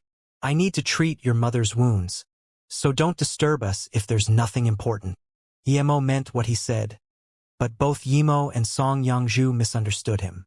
Yemo poked her tongue out and made a face at Yemo as she agreed. Then, she snuck into the West room. She thought that there must be a lot of things Dad and Mom want to talk about. It wasn't good for her to be in between them. Song Yongju blushed seeing her daughter leave. She thought she was prepared for what Emo was planning, but she wasn't mentally prepared at all. Mentally, she was still the same girl as a decade ago. She wanted to sleep with Emo and Yemo together, but when she opened her mouth, she didn't end up calling her daughter. In the depth of her heart, she also wanted to talk to Emo privately. But even still, she was very anxious. To her, it felt like it would be her first time, as the last time she wasn't really conscious. Seeing Emo walk into the room, she felt a little worried. "What are you hesitating about? Come in," Emo called out to her. Song Yongju was a little worried, so she rubbed her clothes and said after a while, "Should I go take a shower first?" Emo pulled her in. "No need. You can do that later. Take these pills and take off your clothes before laying on the bed." Emo gave a face-preserving pill to Song Yongju and said. Song Yongju hesitated and didn't take the pill from Emo. However, she did take off all her clothes and closed her eyes as she crossed her arms on her chest and laid on the bed. Emo looked at Song Yongju, who still had that snow-white skin, and a burning intensity rose in his stomach. This was the second time he saw the naked Song Yongju. But the first time, he didn't have such desires at all. Although Song Yongju was skinny, her chest was still really big, even a little bigger than Xiaoyun's. Emo realized that the reason why she could still keep such a body was her foundation in ancient martial arts. Emo had only meant for her to take off her outer clothing. Why did she take off all her clothes? Emo didn't think too much about it. Song Yongju was his woman anyways, so it was fine. He gave the pill to Song Yongju and said, "Open your mouth and eat the pill." Song Yongju opened her eyes with a blushing face and said, "I don't need to eat it. I should be fine. You can go ahead." Emo looked confusedly at Song Yongju and said, "This is a face-preserving pill. I want to treat your wounds and can even refine your bone marrow for you. It would be more effective if you ate this pill before we sta-." But Emo didn't finish and understood what Song Yongju meant. Immediately, love and care welled up in his heart. Song Yongju had probably misunderstood him. Although she was weak, she didn't reject him and took all her clothes off. Emo leaned down and whispered into Song Yongju's ear, "Thank you, Yongju. Since you've seen Luoying and Xianxia, I want you to be like them, someone by my side. I'll treat your wounds first and then." Song Yongju finally understood that Emo was really trying to treat her wounds. Thinking about how extraordinary Emo was, she immediately knew that Emo wasn't tricking her. Although she had misunderstood him, she didn't feel awkward at all due to Yemo's attitude. She didn't even put her clothes back on. The face-preserving pill gradually spread its influence throughout Song Yongju's body. Emo then put a Lotus Life pill in her mouth. If he were just purely treating her wounds, Song Yongju wouldn't need to take off her clothes at all. But he had decided to refine Song Yongju's marrow too. When the two pills started applying their effects inside Song Yongju's body, Emo took out 360 golden needles and started piercing Song Yongju's chakra points, helping her organize her meridians. Emo even took out 12 spirit stones and made a simple spirit chi gathering formation in case he was lacking in cultivation essence. Song Yongju fell asleep as soon as Emo inserted the needles. Even though Emo was stage 8 middle level and was about to reach the tertiary level, he couldn't finish refining her marrow that easily yet. Luckily, Song Yongju was already an ancient martial artist, so her meridians were much easier to unblock than normal people's, or he would have to use many times the effort. When Emo removed all of the impurities in her body, he was so tired he didn't have any energy left. All the spirit chi inside the 12 spirit stones had been used up. Emo looked at Song Yongju, who was fast asleep on the bed, and felt a sense of accomplishment. She recovered her looks from her prime, and her hair was also black again. Due to the face-preserving pill, she was even prettier than in her prime. Although her power only returned to the yellow-level tertiary stage, Emo didn't plan on letting her keep cultivating ancient martial arts anyway. When Song Yongju woke up, she immediately noticed that she was fully naked and was shook. As a woman who didn't have a husband, she had always been very careful. She wasn't used to sleeping by someone's side, so it took her a moment to realize what was going on. When she turned and saw Emo still sleeping by her side, though, she immediately felt relieved. But soon, she felt that something was different. Her body had become light, and her power had also reached the yellow level tertiary stage. She could easily reach the black level again. All her wounds had disappeared, and she found that her hands were smooth and silky like 10 years ago. Song Yongzhu quickly grabbed her hair, and what appeared before her eyes were pure black silky strands. She remembered that Emo said he was going to treat her last night. Was his treatment this powerful? Song Yongzhu could no longer keep calm. She knew all this was real. Emo could even fly, what couldn't he do? Was he really an immortal? No woman wouldn't care about her beauty. No woman didn't want to show her prettiest side to the person she liked. She was no different, and Emo had truly returned to her what she had lost. In her excitement and joy, she embraced Emo and kissed him.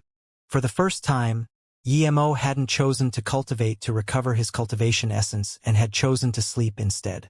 When Song Yongzhu hugged him, he immediately woke up. Looking at her joyful face, he was also very satisfied. She had found her confidence again and went back to the old Song Yongzhu. "Thank you, Emo." Song Yongzhu couldn't contain her excitement and kissed Emo's lips. Emo had been separated from Mu Xiaoyun for so long and hadn't seen Luoying and Ning Qingxue. Now that he was being wildly kissed by the naked Song Yongzhu, how could he resist it?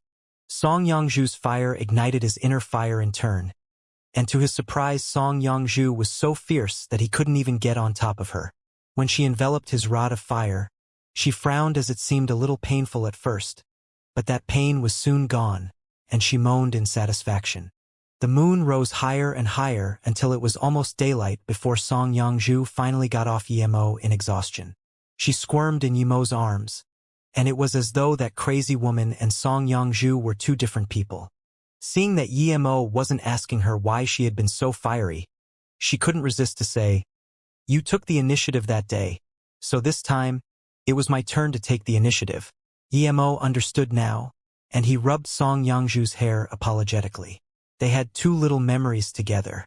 The thing on the mountain was the only one worth remembering. "To be honest, I was innocent that day. You took the initiative then too." "You!" The two no longer had the mood to sleep. Perhaps due to the fierce battle during the night, Song Yongzhu no longer kept the distance she had when she first saw Emo. Only now did she make up her mind to stay with Emo and not just let Emo stay with Emo while she left. "I'm sorry," Emo apologized to Song Yongzhu in his arms. Firstly because he had annihilated the Song family, and secondly because he let her live like this by herself. Song Yongzhu put her finger on Emo's lips. She knew what Emo meant, but the Song family had been too cocky. While she had tried to get revenge, the other members even just stole the fortune and left, and no one had thought about her. Meanwhile, Emo saved her many times and became her husband. She had long since forgotten about the business between him and the Song family. "Where did your wounds come from?" Emo asked. Song Yongzhu hesitated before saying slowly, "When I was pregnant with Emo, I went to Jing City. On a snowy day, I fell at the bottom of Yimei Mountain. Sister Shanyu from around there saved me and took me up to the Yimei Mosque. After I heard about your news, I took Emo to Beijing, but then I heard you were at Flowing Snake, so I took Emo there. When I got there, however, I realized you had gone to Luoyu. Luckily, Luoyu had just finished the war, and the docks were open for migration, so I went there with Emo." Song Yongzhu still felt a little pain thinking about the arduous journey she had. "Sorry, Yongzhu, when I saw your figure leave that day, it seemed familiar, but I didn't think carefully who it might have been. If I had, you wouldn't have gone through so much suffering." Emo was very regretful. Song Yongzhu shook her head and knew that she had left no special feeling in Emo's heart. She had never blamed Emo for anything, as without Emo, even though they had slept together, there wouldn't have been any special connection between them. "I didn't have a place to go after leaving Luoyu, so I went back to Yimei Mosque. But I saw Sister Shan Yu's and two other nuns' bodies there. I quickly buried them and wanted to take Emo to leave, when Song Yongzhu's face looked scared, recounting everything, as though the event of that day were still too scary. Emo sent some qi into her body to calm her down. Song Yongzhu felt she was still in Yimo's arms and gradually calmed down a little, but her tone was still shaky. I just managed to walk up to the door when I was stopped by a black figure. He had no face, his face was like a skeleton and full of craters. I didn't dare to move at all. Emo frowned. He thought of someone who also didn't have a face, that Yan Wuliang at the auction on the ship, but he had killed him after the auction. His voice was like a ghost's, and I was worried for Emo, so I struck at him with a wooden stick in my panic, and for some reason, I actually hit him. That man groaned and something was seemingly beaten out of him, but the bracelet on Emo emitted some light and stopped that thing. I didn't dare to fight him and quickly took Emo to run. However, at that moment, that man kicked the wooden stick back, and it hit my back. I spat blood but didn't dare to stay, so I left Imei Mountain as quickly as possible. Luckily, that person didn't chase after me, and I fled to Ninghai with Yimo. The more Yimo listened, the more he felt like that black figure was the same type of person as the Yan Wuliang he met. Yan Wuliang was from the All Gu sect. Everyone in that sect was a Gu master, so even if he was injured, he wouldn't let Song Yongzhu escape. Yemo frowned and felt something wasn't right. Song Yongzhu was injured and weak, but she didn't have any Gu planted in her. Yemo was certain of this. Yemo also seemed very healthy. What's wrong? Song Yongzhu saw Yemo frown and asked worriedly. Yemo put his hand on Song Yongzhu's back and ran his cultivation essence through her body again to check. He didn't find anything wrong. Song Yongzhu's body felt hot after that search, and she subconsciously hugged Yemo tighter. Yemo patted her back and said, "Let me go check Yemo too, because that person might be from the Algu sect." Yemo didn't feel safe and wanted to properly check Yemo. What's wrong with Yemo? Song Yongzhu was shook. To her, Yemo was much more important than herself. Yemo said seriously, "I suspect the person you saw was from the Algu sect. Everyone from that sect is inhumane and unreasonable, and they're very good at controlling Gu. I need to check if Yemo is fine." Seeing Yemo leave, Song Yongzhu immediately became worried. She had heard about the Algu sect from her master before. It wasn't a big hidden sect, but it was in Miaojiang, and because their means were so unpredictable, even the big six sects didn't want any enmity with them. "You're up already? Did you not sleep?" Yemo walked in and asked Yemo. "Dad, you're here, I just woke up. Are you going to teach me cultivation?" Yemo asked. Yemo smiled. "I will teach you for sure, but I'm busy today. Why don't you go out with your mom and buy some clothes?" "Then where's Mom?" Yemo asked. "She will come over in a bit. Show me your wrist for now. Let me check how your body is." Yemo checked Yemo's face first. It wasn't very healthy, but it wasn't sickly either. She gave out her hand without hesitation. Yemo carefully searched all her chakra points and meridians with his cultivation essence, but he didn't find anything even after searching twice. Yemo breathed easy. Yemo should be fine. It seemed that the person was too heavily injured and the bracelet protected them. Just when Yemo was going to take back his hand, he heard Yemo exclaim, "Mom, you!" Yemo held her mouth and looked at Song Yongzhu in disbelief. Her mother became this young and beautiful. Was this her mother? She didn't seem this pretty 10 years ago. It must be Dad using immortal magic to treat Mother. Yemo looked at her dad again, and her eyes were full of stars. She had to learn these things from Dad. Meanwhile, when Yemo screamed, Yemo felt something different on her. "Mom, you're so pretty. You can be my big sister now." "No, my younger sister," Yemo praised. She wanted her mom to relax. She could tell her mom looked younger, but her eyes were still tense. Song Yongzhu walked over and sat down by the bed, asking Yemo worriedly, "How is it? Is Yemo fine?" Yemo was checking Yemo's body for the third time and didn't reply to Song Yongzhu. His face grew worse and worse.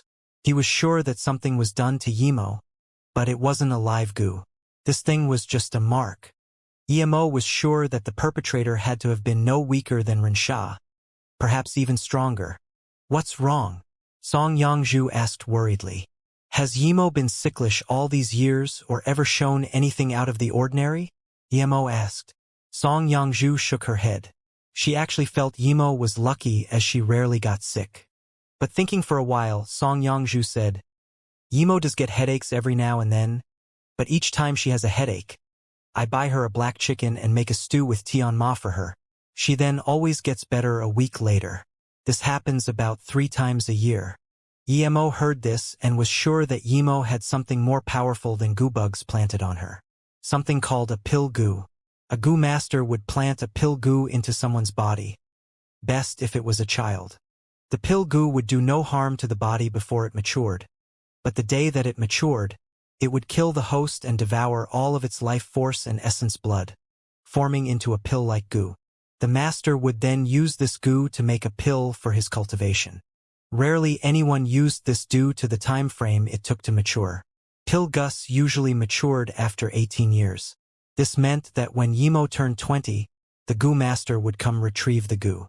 Hearing this, both Song Yongzhu and Yimo were shook.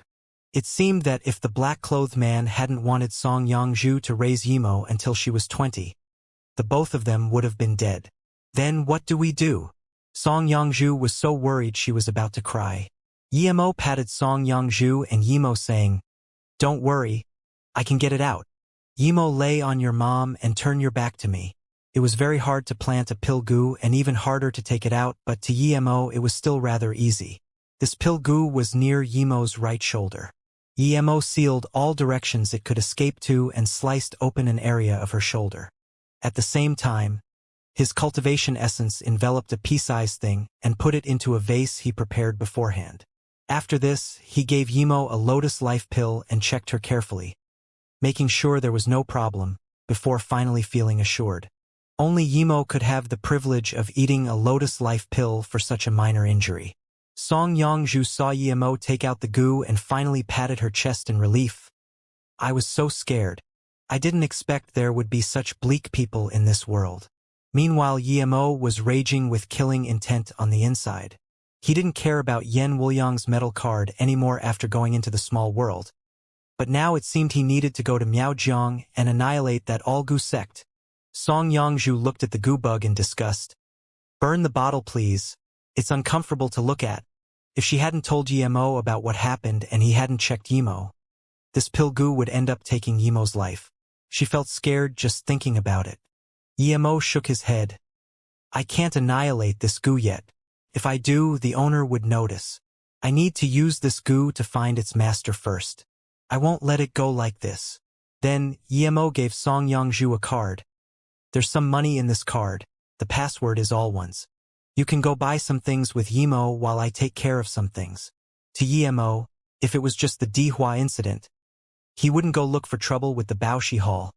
But how dare they try to scheme for the luminous pearl? This was what awakened his killing intent.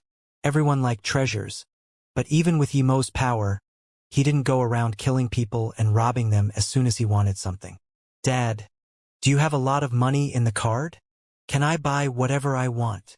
Yimo immediately asked. She had long since wanted a Luo Yu brand phone, but she'd never told her mother. Before Yimo could reply, Song Yongzhu patted her head. "Of course, you can buy the entire mall if you like." Song Yongzhu knew who Yimo was, the founder of Luo Yu. If he wasn't rich, then no one in this world was rich. The most core place of Baoshi Hall was the Baoshi meeting area.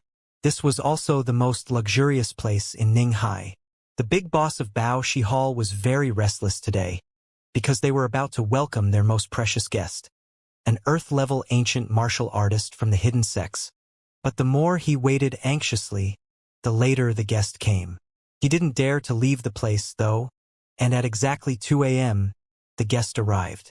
Despite the time, Di Dongbing and his niece Di Kaifeng still stayed and had 2 beautiful maids serve the guest. The guest looked like he was only in his 40s, but Di Dongbing knew that this man was at least 60. In front of this guest, Di Dongbing no longer had that condescending temperament. He carefully talked with this guest, and Di Kaifeng was even more polite and obedient. She helped the guest peel a mango while talking to him. "Not bad, you went from the yellow-level primary stage to almost the tertiary stage. You have some talent. It seems you can come back with me to the hidden sects to cultivate. A pity you started cultivation too late, if only it was 10 years earlier." The guest took the mango and said, "Thank you, master. My luck came too late. If I met Master earlier, perhaps I'd be at the yellow level tertiary stage already, Di Kaifeng said. Ha ha ha! The guest laughed. He knew why he really took her in as a disciple. First was because her talent was good, but the main reason was because Di Dongbing had given him a very important herb that allowed him to reach the earth level. He came here wanting to take her into the hidden sects and also to see if she had any more good herbs. Di Dongbing had never cultivated ancient martial arts, but he was very perceptive. He could easily tell what the guest wanted.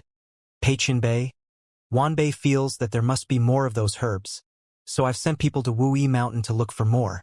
If we find some, we will contact Chenbei immediately. Small matter. The guest waved his hand as though he didn't care about the gift at all. Di Kaifeng casually mentioned, if we could bring that luminous pearl now, we could put it in Master's bedroom, so Kaifeng, that luminous pearl is only for show. Since we don't have it yet, we should focus on however. Di Dongbing was immediately interrupted by the guest. A luminous pearl? Are you sure? A luminous pearl was so valuable that even an earth level couldn't ignore it, much less someone who had only just reached the earth level. Di Dongbing rejoiced. Even someone like that cared about the luminous pearl after all. He immediately said, yes, Peichenbei. It is a luminous pearl indeed. It was mine already, and I was planning on using it as a gift for Kaifeng becoming your disciple. But what? The guest was clearly impatient. Di Dongbing immediately said, I already bought that luminous pearl and paid the money, but unlucky for me, the kid of my family goes to the same school as the kid of the family who has the pearl. They had some conflict and coincidentally, the dad of the kid came back and heavily beat up my son and now doesn't want to sell me the luminous pearl anymore. Di Dongbing sighed and continued, I suspect the main reason why he doesn't want to sell it to me is because he knows that it's a luminous pearl now. Hearing this, the middle-aged man frowned. Although he spent most of his time cultivating, he wasn't an idiot. He suddenly looked at Di Dongbing and said, you have your Baoshi Hall? And I heard you have a lot of masters there. Even if you killed someone in this area, it should be fine, so why would you fear an ordinary family? With your status, how can you not get revenge from someone who beat your son so heavily? Di Dongbing subconsciously shivered. He had heard his niece say that her master cultivated too much and didn't understand the world that much. But it didn't seem so now. He quickly replied, that man seems very strong actually, and Kaifeng suspects he's an ancient martial artist too, but we're not too sure. The middle-aged man looked at Di Kaifeng. Di Kaifeng quickly added, when that man beat my cousin, I just arrived at the scene. I felt like I was no match for him. If he was going to keep attacking, I would attack too, but he didn't, so I didn't provoke him. I was afraid that if he had some strong background, it would cause trouble for Master. The middle-aged man nodded approvingly. But this disciple of his was a bit too careful. An earth-level cultivator was already a master at the hidden sections. How could he be afraid of any ancient martial artist from the mortal world? Di Kaifeng didn't know the power of earth-level, though, so that's why she was this careful. How old is he? The man still asked. He looks to be in his 20s, Di Kaifeng answered. Hearing this, the man felt completely reassured. Younger than 30, no matter how genius he would be at most at the black level primary stage. However, Di Kaifeng purposely didn't tell him about her shoe getting sliced off out of fear that her master would become too careful. Di Dongbing continued, yes, Kaifeng said that person was rather strong, and it wasn't easy to set up this Baoshi Hall of mine, so I will count myself happy as long as he doesn't come for me. I wouldn't dare to find him instead. Oh, do you think he might come over? The guest looked at Di Dongbing and asked. Di Dongbing nodded. Yes, I was afraid he would come at night actually, but now it's day and he still isn't here, so I guess I was thinking too much. Peichenbei, it must have been a long journey for you. How about Kaifeng takes you to rest first? The guest smiled. There's no such thing as rest for me. Since that cocky kid isn't here, then I'll go over and check him out. A luminous pearl. I also want to see it. When Yemo arrived at the Baoshi Hall, his first thought was that the big boss of this place was really scared of death. This was just a meeting ground, yet there were about 30 bodyguards both in plain sight and hidden all over. Although these bodyguards couldn't threaten him at all, Emo wasn't going to be nice now that he was there.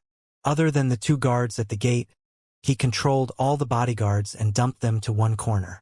It's this late, yet you're still not asleep. Are you discussing my luminous pearl? Or are you waiting for me perhaps? Emo suddenly said. Hearing this, everyone got up and looked at the door. Di Dongbing was stunned the most. He didn't know how Emo could have come in at all. He had a whole bunch of bodyguards, and none of them had reported anything. But Di Dongbing had been through a lot of things and soon calmed down. You're the person who beat up my son so heavily? What enmity do I have with you? You were so cruel. Yet I didn't go find you. But you actually came to me? Di Dongbing said hatefully. Master, it's him. Di Kaifeng thought about what happened yesterday and was also annoyed. But when she saw her master, she immediately swallowed the words she was about to say and looked at her master in disbelief. Her master was kneeling on the ground and shaking. What was going on? Emo also felt very strange that there was an earth level here. How could there be this level of master in Ninghai? However, this earth level knelt down in front of him, so he clearly knew him. Di Dongbing also saw this eerie scene, and his mouth was wide open like Di Caifeng's. He immediately realized that he seemed to have messed with someone he couldn't mess with. Even Caifeng's master, an earth-level cultivator, was kneeling and shivering in front of this person. Who was he? He didn't dare to even wage a guess anymore, and the next moment, he quickly pulled Di Kaifeng to kneel down with him. He had survived until that day not only because he had power, but also because he had the brains to recognize the situation. Emo ignored the two and walked up to the earth level, asking coldly, "You know me?" The earth level was still shaky and quickly replied, Yes, Chenbei, this Wanbei is called Peiyong. I am from the Qi Shan sect." Qi Shan sect? Emo frowned and really couldn't remember a sect called the Qi Shan sect. "How do you know me? I don't have any impression of you," Emo asked after thinking for a moment. Peiyong quickly replied, "More than 10 years ago, I saw Qianbei once at the Hidden Sects tournament on Broken Top Mountain. Qianbei showed your almighty power on the stage and slaughtered that invader, promoting the dominance of our country. I've long since admired Qianbei." Peiyong didn't feel his words to be cringy at all. He had heard of Yi Mo's legendary stories. If Yi Mo could even annihilate a behemoth of the hidden sects like the Gourd Cave, then he wasn't even an ant to him. Yi Mo nodded. No wonder he knew him. "You're here to help the Baoshi Hall?" Yi Mo asked coldly. Peiyong subconsciously shivered and quickly said, "No, Wanbei is not here for this. I'm preparing to go to the Hidden Sects Earth-level meeting to discuss the danger to the Hidden Sects dash." At that moment, 2 guns sounded all of a sudden. Emo's spirit sense had already noticed a bulky youth run in with a gun, and the 2 guards at the door had been shot down by him. Di Dongbing heard this, and his face grew worse. He wanted to stand up immediately but couldn't, as he had never knelt down for so long in his life. That youth rushed into the guest hall and was dazed by the scene in front of him. He knew who Di Dongbing was all too clearly, yet someone like him was kneeling down to someone? He had waited a whole night to kill him, but he didn't come out all.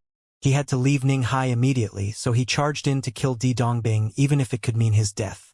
The youth also felt like it had been surprisingly easy to come in, and that seemed to be related to this young man in front of him. He ignored Emo and just started shooting away at Di Dongbing. The more bullets he sprayed, the crazier he became. Di Dongbing had never thought that he would die like this, killed by an ant. He really didn't how his heavily guarded meeting place didn't even have anyone to report when people kept coming in. It was acceptable when someone that Caifeng's master even feared came in. But what about this ordinary kid? "Uncle!" Di Kaifeng called out and rushed over, wanting to hold Di Dongbing up. "It's you!" Di Kaifeng then recognized the youth and looked at him angrily. She would have charged up already if he didn't have a gun in his hand. The youth also looked at Di Kaifeng furiously. "I've killed that animal Di Dongbing, but you're a butcher too.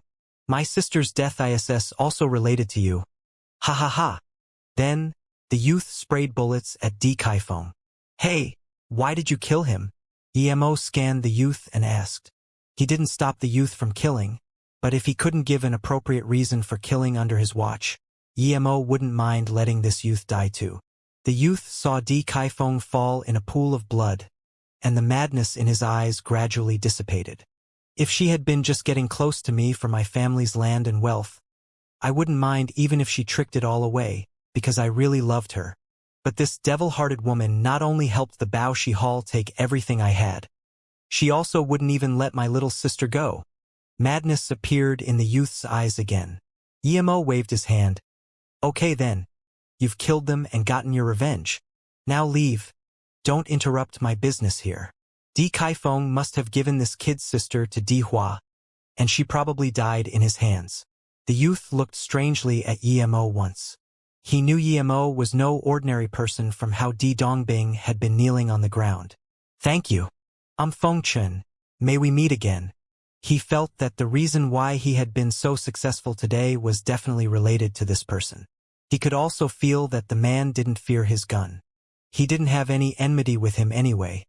So he saluted with his fist and left. Emo actually had a strange feeling about this Feng Chen. The fellow had a strange aura about him that felt familiar to Emo. He didn't keep thinking, though, and looked at Peong, who was kneeling on the ground, and asked, "What is this danger to the hidden sects you mentioned?" Peong immediately replied, "The hidden sects have always stayed hidden. What is more, after a few sects offended Qianbei more than 10 years ago, the hidden sects have been even more hidden. Even the tournament has changed to be held in one of the hidden sects' places. But these last years, many hidden sects have just disappeared strangely, and not a single person was left behind." Emo frowned.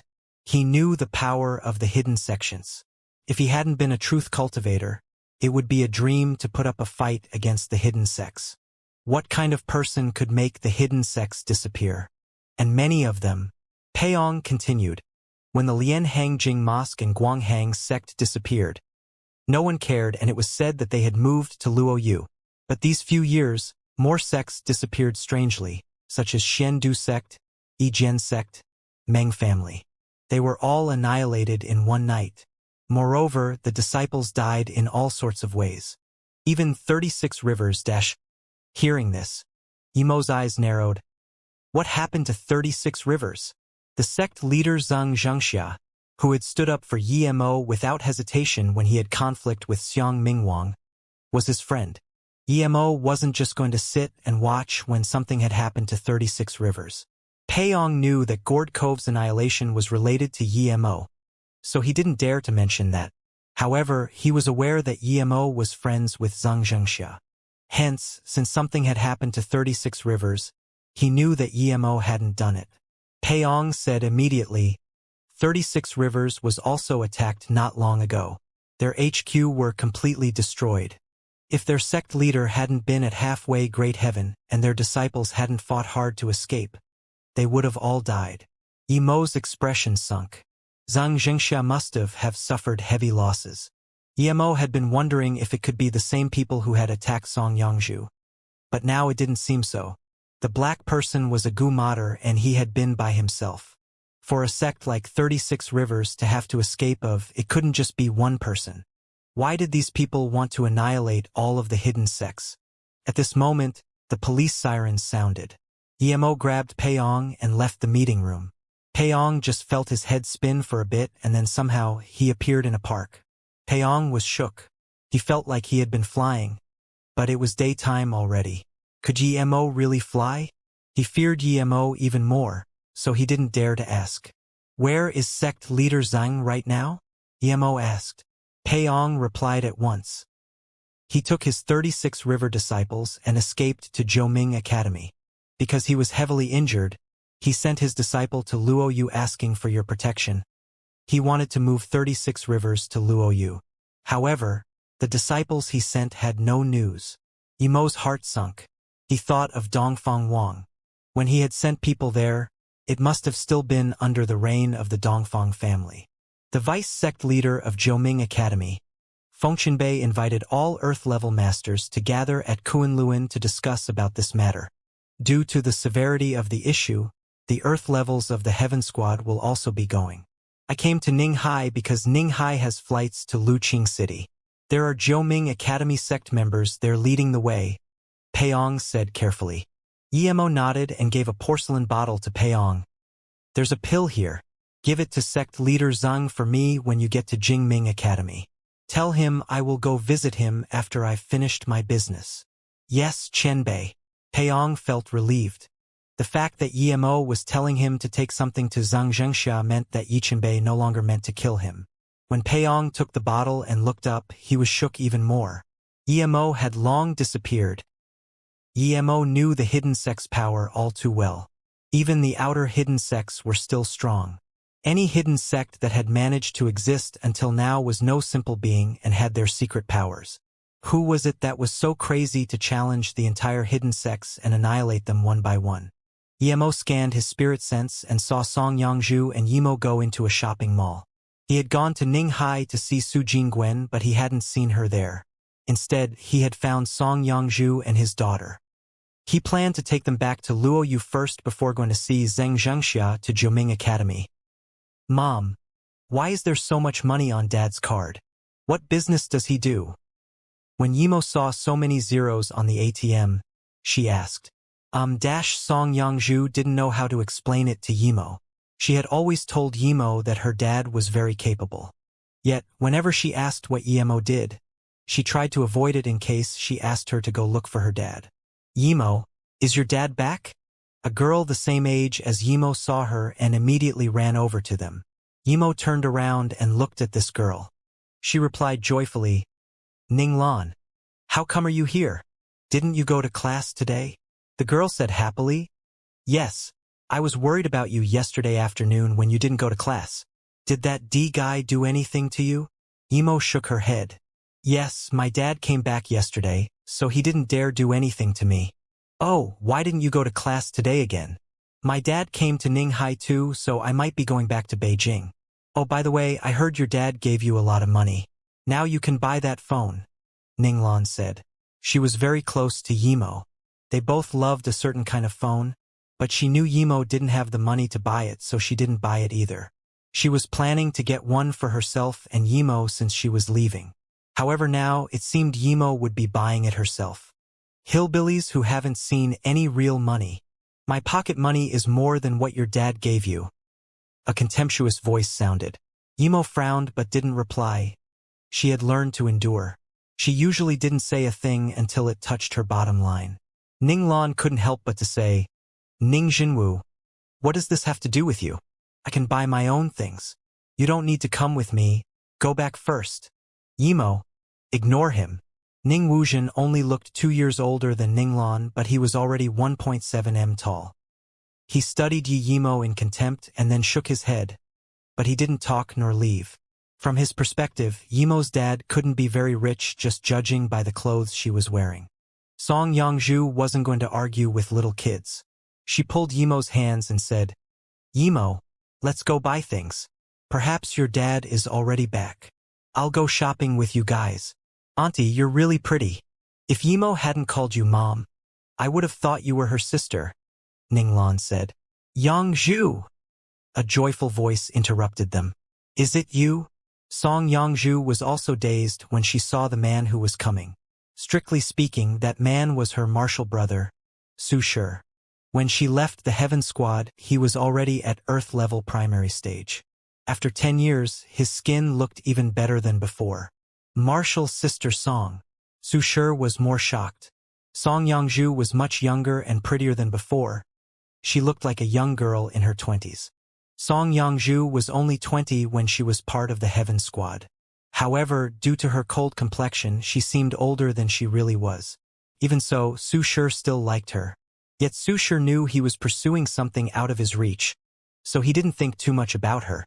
However, his heart for Song Yangzhu hadn't changed. Ever since he had reached Earth level, he thought of her even more. Mom, who is he? Emo looked at Su Shi vigilantly. Ha!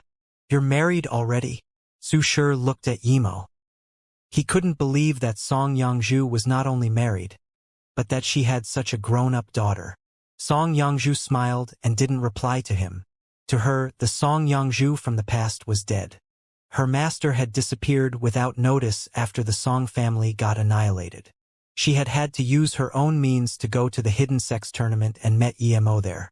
Su Shi didn't know at all what Song Yangzhu was thinking. But judging from their clothes, he immediately could tell that they weren't living very well. This meant that her husband wasn't very powerful. He didn't care at all if she was married or not. No matter who her husband was, he could crush him with one finger. Yangzhu, do you want to go back? Marshal Uncle Luan is also back, Su Shi said again. Song Yangzhu said plainly, Captain Su, I'm buying some things with my daughter, and I will be leaving with my husband later on. I'm no longer interested in returning to that place. Hearing Song Yangzhu call him captain, Su Shi's expression didn't look too good. In the past, Song Yangzhu called him marshal brother. Despite this, Su Shi didn't leave immediately. He was at Earth Peak now and he was in no rush. Although he had had some women in the past years, they were just superficial flings. The moment he saw Song Yangzhu again, his heart reignited. No matter who her husband was, he had to get Song Yangzhu. Yangzhu, I got an invitation to go to a meeting at Jiuming Academy. If you're willing, you can come with me, Su Shi continued. He was sure that Song Yangzhu knew how powerful Jiuming Academy was. The sect was like an insurmountable giant even to the squad leader of the Heaven Squad. Song Yangzhu smiled and took Yimo to the phone shop, but she didn't reply to Su Shi at all. Her husband was Yimo, and even if she had still been by herself, she wouldn't have wanted to talk to Su Shi. She had seen all too well what sort of person he was. I want this phone. Yimo and Ninglan went to the counter. Use my card. Su Shi offered his gold card. No need. Song Yangzhu took out the card Yimo had given her. Luo Yu's card? The attendant saw this and was dazed. Luo Yu's credit cards had a unique sign which had the two floating Luo Yu words. No country could counterfeit it. There were also colors on the rim of the card. There were many colors, but there was one color that only the city lord could use, and that was purple. That card happened to be purple too. As an employee of Luo Yu Corporation, they were all trained rigorously to recognize all sorts of cards before they started working. The card in that worker's hand was not only from Luo Yu, but also purple. She immediately became anxious. She had seen a picture of this card, but when she actually had it in her hands, she didn't dare to believe it. Their manager had said during training that they had to recognize this card, yet it was not likely they would see it. Ha ha ha! Did your dad get a fake card? Ning Wuzhen noticed the attendant wasn't talk while holding the card, so he scorned. Yimo and Ninglan also got a little confused.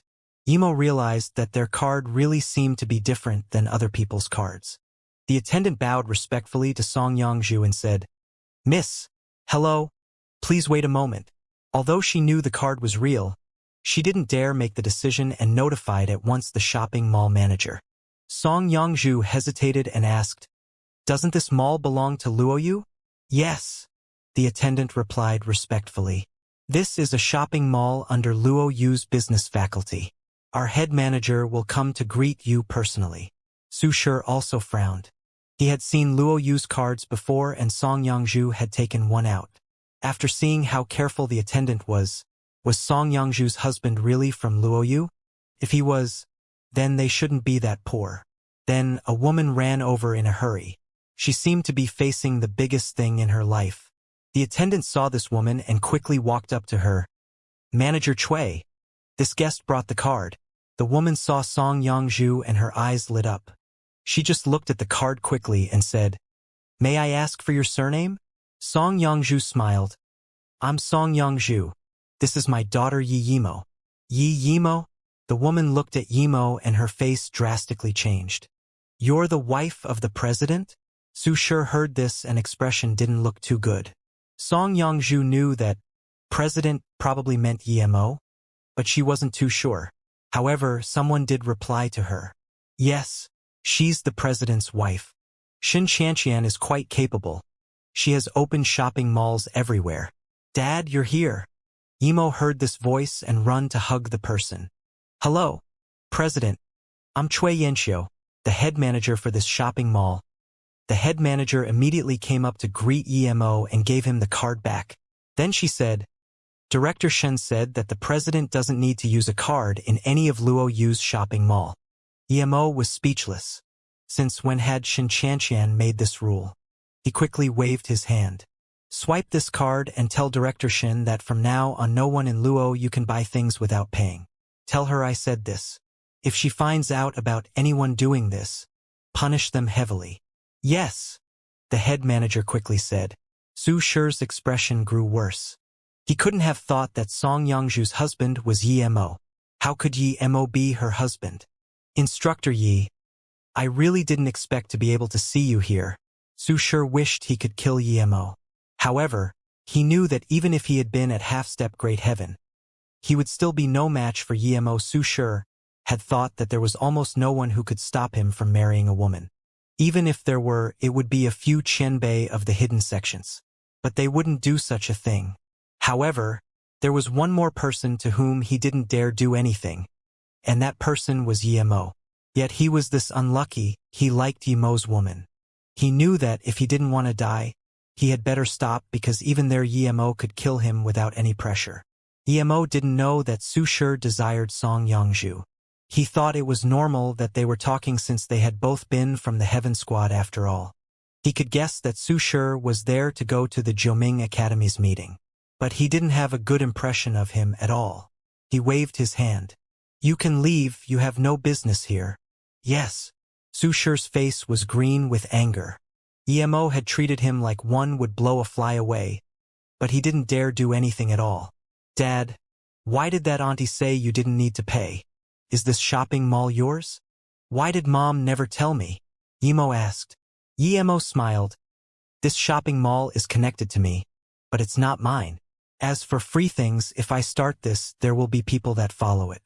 In time, the Luoyu shopping malls would be filled with parasites and bring corruption to other things. Yi Mo scanned the manager and said without concern, if there are really parasites like that in Luoyu, I wouldn't mind swatting them to death. The manager shook and said, Yes, President. I will give your order to Director Shin. Yi Mo, I feel your dad is right, Ning Lan said. Ning Wuzhen had wrongly estimated Yi Mo's identity and thus didn't dare to talk. He couldn't help to notice Yi Mo closely and then just realized she was a girl so pretty like he had never seen before. She didn't wear outstanding clothes, but her exquisite face and bright eyes made his heart beat quickly. He subconsciously looked at Yi Mo's mom and his heart beat even faster. Song Yangzhu not only had that beauty, but also had the maturity. Ning Wuzhen had heard he had a really pretty auntie who was once the prettiest girl in Beijing. What a pity. He hadn't seen her before, but he believed that Song Yangzhu's beauty was on par with that unseen auntie. Song Yangzhu was Yi Mo's mother, so he didn't need to think about it. However, Ning Zhenwu was now really interested in Yi Mo. Yi Mo's dad seemed to be a president and owned a shopping mall, but the Ning family owned more shopping malls. If he showed his family's wealth, perhaps Yi Mo's dad would look at him in different light and let his daughter get close to him. Thinking about this, Ning Zhenwu immediately said, Actually, Ning Lan, do you know how long you can stay this time at Beijing? Ning Lan didn't know why he asked this, but she said, Of course, I will be staying there permanently. Moreover, my mother doesn't like moving around. Ning Wuzhen said in satisfaction, You're wrong. Your dad probably won't be staying long in Beijing because my big uncle doesn't like your dad. This is why your dad doesn't have a share in the Ning family. If my dad hadn't requested it, your dad wouldn't even be able to go back to Beijing. Ning Zhenwu gloated. My family has a medicinal factory in the US and 2 shopping malls in Beijing. This is all because great-grandpa likes me the most. If I talk to my great-grandpa, perhaps he might give your family a company or something. Yi Mo suddenly looked at Ning Zhenwu and said, You're from the Beijing's Ning family? Of course. My great-grandpa is Beijing's Ning Fuzhen. Ning Zhenwu saw that Yi Mo had finally noticed him and immediately said this. His face was full of pride when he spoke of his great-grandpa. Even the rich and the famous in Beijing were very respectful to his great-grandpa. He nodded. He had been planning to find Ning Fuzhen and now he met someone from the Ning family. To him, the only one he had a good impression of from the Ning family was Ning Qingshua's dad. So he just nodded. Yi Mo, let's go buy our things and then go. Song Yangzhu could tell Yi Mo's dislike to Ning Zhenwu and immediately said, After buying things, Ning Lan and Yi Mo separated. Ning Zhenwu wanted to ask for Yi Mo's contact details, but Yi Mo didn't like a person who looked down on her dad, so she ignored him. The first thing he did after bringing them home was test their spirit roots. The results didn't disappoint Emo. Song Yangzhu was a duo element, metal and water spirit root. Emo was the metal and lightning dual spirit root. Emo knew that Emo had probably inherited the lightning spirit root from him, because people rarely had the mutated spirit root with a 5-element spirit root. Emo explained cultivation to them carefully and taught them the primordial chaos chant. Then he made 2 storage rings for them. He didn't make flying swords for them yet. He would do that after he reached foundation establishment state. Although Song Yangzhu and Emo cultivated at the same time, Emo was more than twice as fast as Song Yangzhu. This was partially due to the fact that Song Yangzhu rarely slept with Emo in the past. So now that they stayed together, they spent most of the night rolling in the bed. Secondly, Emo's spirit root was more suitable for the primordial chaos chant. 3 days passed quickly. Emo took Song Yangzhu and Emo back to Luoyu. When Song Yangzhu had first arrived to Luoyu, it was far from as developed as it was that day. But she wasn't too surprised seeing it. However, Emo was very shocked.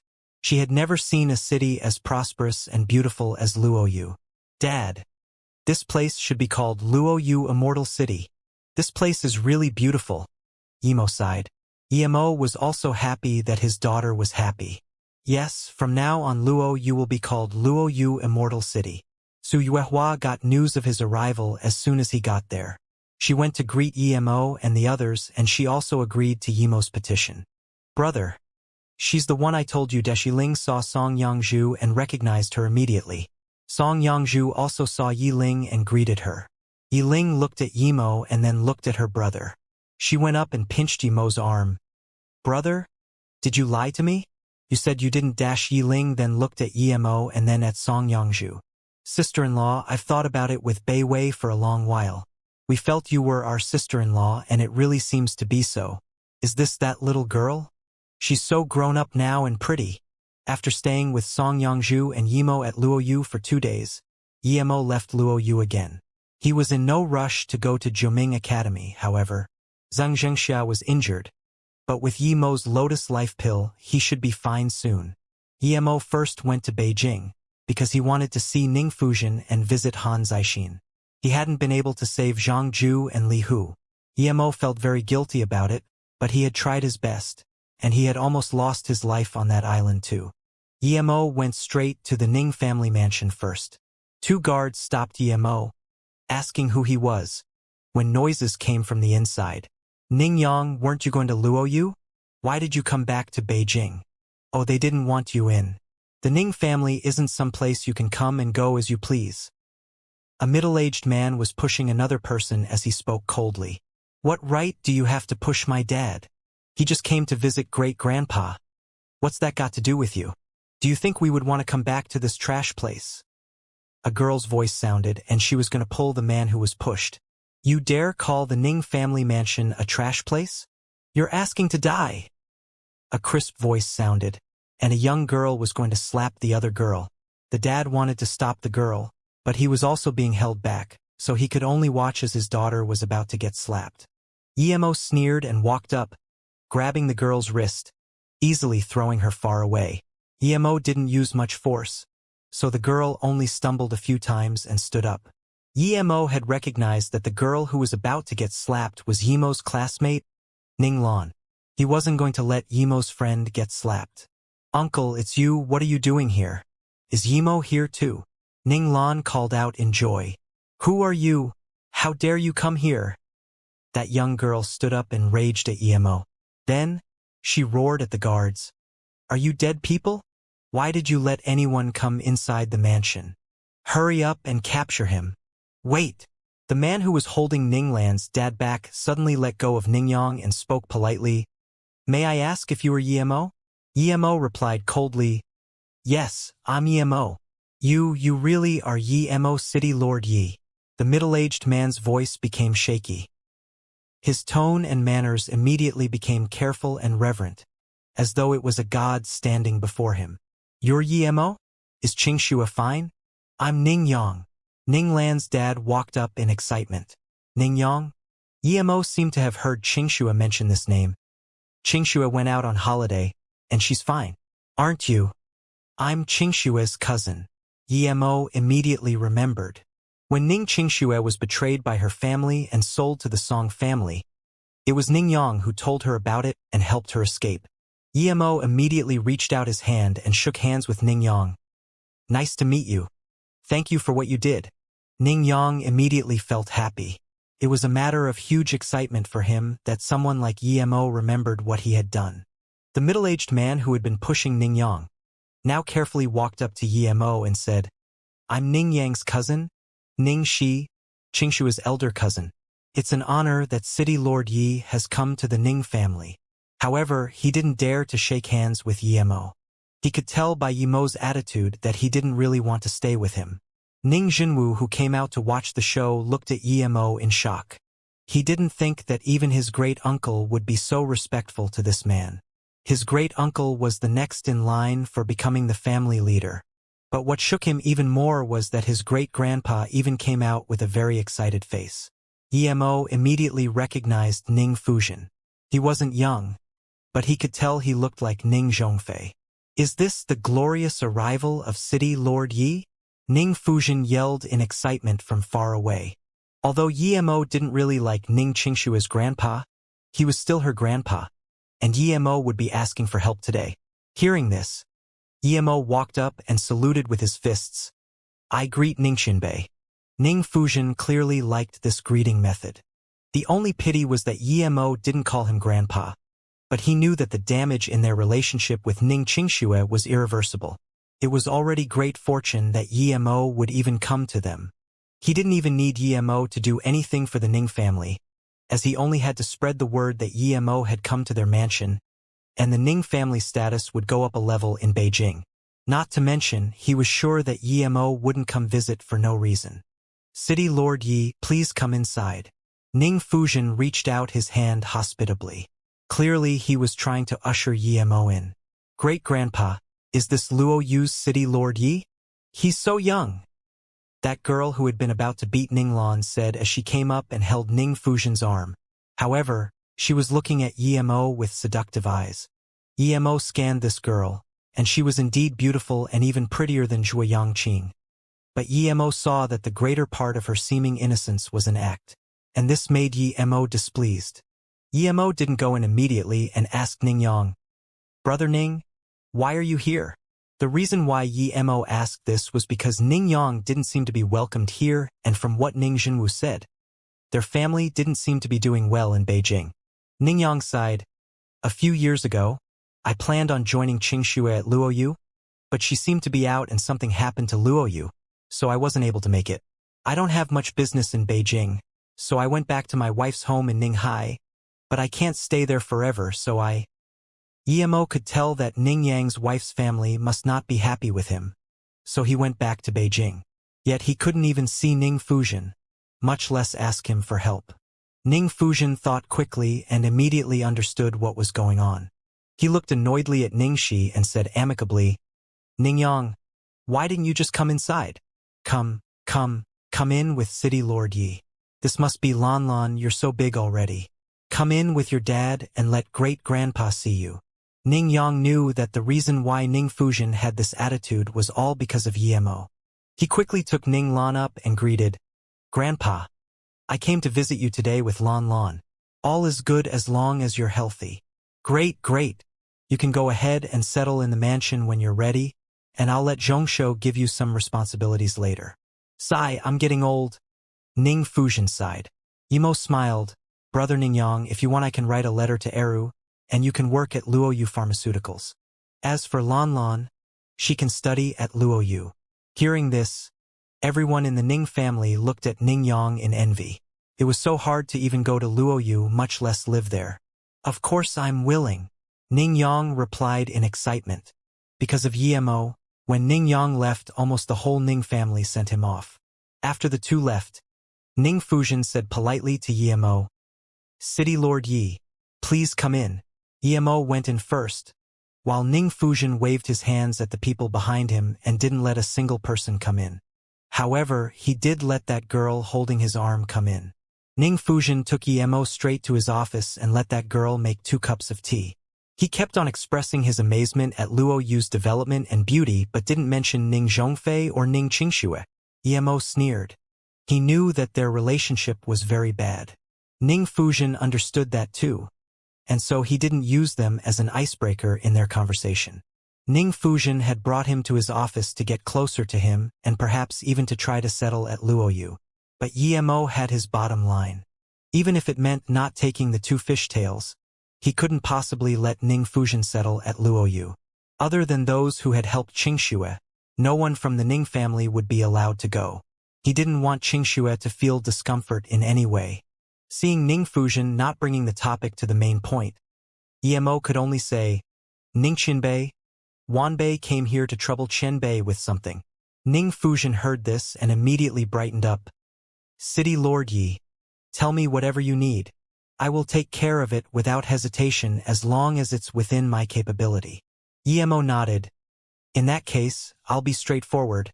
I heard you happened to buy 2 fishtail shards at an auction in Beijing once. Would you be able to show that to me? Fishtail shards. Ning Fuzhen was dazed and thought for a while before remembering that there really had been such a thing. He had bought 2 fishtail shards from an auction 3 years ago. He felt they were extraordinary but not too expensive, so he bought them. But since he wasn't able to find anything special about them, he gave them to someone else. He didn't think Emo would have come for that. Seeing Ning Fuzhen's face, Emo got worried. Had he lost it already? Ning Fuzhen soon reacted and said with a bitter smile, I had some plans in mind for the 2 shards, so they're not on me right now. Ning Fuzhen then said, I was planning on giving the shards to a friend to make a set of fish pieces as Shuyan's wedding gift. Emo was dazed at the words. Fishtail shards as a wedding gift? Was Ning Fuzhen's brain all right? That broken thing was clearly not suitable for a wedding gift. However, Ning Fuzhen had his ideas. He had long since regretted his conflict with Ning Qingxue and her father. He thought that if he could connect to Emo somehow, his Ning family could move to Luo Yu and maybe even become the #1 family in Luo Yu. That would be much better than being a family on the decline in Beijing. Even now already, most people respected the Ning family due to Ning Qingxue. So he wanted to connect to Emo through another marriage. Emo could marry 2 wives in Luo Yu, which meant he could marry more. He got to decide what happened in Luo Yu anyways. Other than Ning Qingxue, the prettiest in the Ning family was Ning Xuyan. The only problem was that she was a generation younger than Ning Qingxue. But if Emo accepted her, then that was no problem to speak of at all. That fishtail shard story was just an excuse. He believed he could take it back if he needed.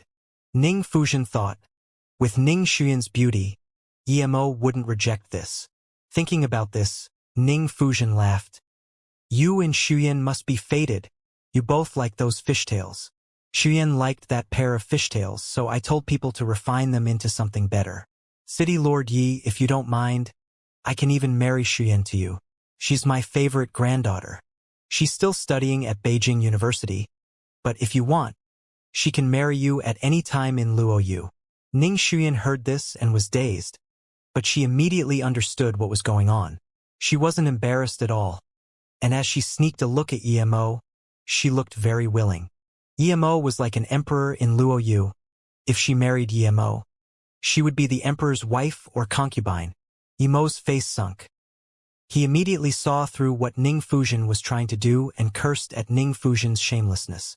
Emo didn't like Ning Xuyan's character at all.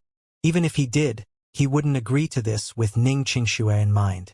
Ning Fuzhen clearly wanted the Ning family to become the #1 family in Luo Yu, while Emo had just reorganized Luo Yu so that it couldn't be controlled by a family anymore. If it really became like that, he would rather not have built Luo Yu at all. Emo got up and bowed. Since Qianbei doesn't want to take it out, I'll be leaving. Then Emo turned to leave and couldn't even be bothered replying. After leaving, he went back to Ning Fuzhen's office while invisible. He wanted to find out where the fishtails were. Meanwhile, Ning Fuzhen's face was very bad. He didn't think Emo would be this rude. Ning Xuyan was also annoyed. She believed that the reason why Emo didn't like her was all because Emo had just happened to see her unreasonable side. Grandpa, this Emo is really rude. So what if he's the city lord of Luo Yu? I don't even care. Ning Xuyan said. Ning Fuzhen waved his hand and sighed. No need to say anything. Our Ning family is just an insect to him. Even if he wouldn't do it himself, too many people would be willing to annihilate us if he said anything. Great-grandpa, are those two fishtails important? Even Yi Mo wants to see them. Ning Xuyan wasn't dumb at all. Ning Fuzhen shook his head. I don't know, but since Yi Mo asked for it, I will ask them back. It'll still be worth something if we give them to him. One day, if the Ning family has nowhere to go, maybe we can get help from Luoyu. Then who did you give the fish tails to? Great-grandpa? Ning Xuyan asked the question Yi Mo wanted to know the answer to the most. Ning Fuzhen replied, to a Japanese friend of mine. He brought a friend here last time who really liked it, so I gave it to him. Oh, I remember. Was it that Xianxia? Ning Xuyan clapped her hands. Ning Fuzhen nodded. It was him. Last time, since I was thinking about sending you to Japan, I wanted to ask him to help you. If you go to Japan, you need to be polite to him. His father and I are old friends. I don't want to go to Japan and learn those tricks from them. I might as well learn ancient martial arts if I want to learn something, Ning Xuyan said in contempt. Ning Fuzhen said seriously, Xianxia founded the hidden art in Japan himself. It's no magic tricks. He's the sect leader of one of the 3 big national art sections. Don't underestimate him. That Xianxia is said to be even better than his father. Their arts are no weaker than ancient martial arts. Moreover, do you think it's that easy to learn ancient martial arts? Hearing this, Ning Xuyan asked carefully after a while, then did that guy come for the 2 fishtails? Ning Fuzhen said. He just happened to see them then. He also came last time to ask about Yi Mo. But he didn't know that although Yi Mo is a part of our family, he's like a stranger to us. Why was he asking about Yi Mo? Does he have enmity with Yi Mo? Ning Xuyan asked. Ning Fuzhen frowned. He had never really thought about it.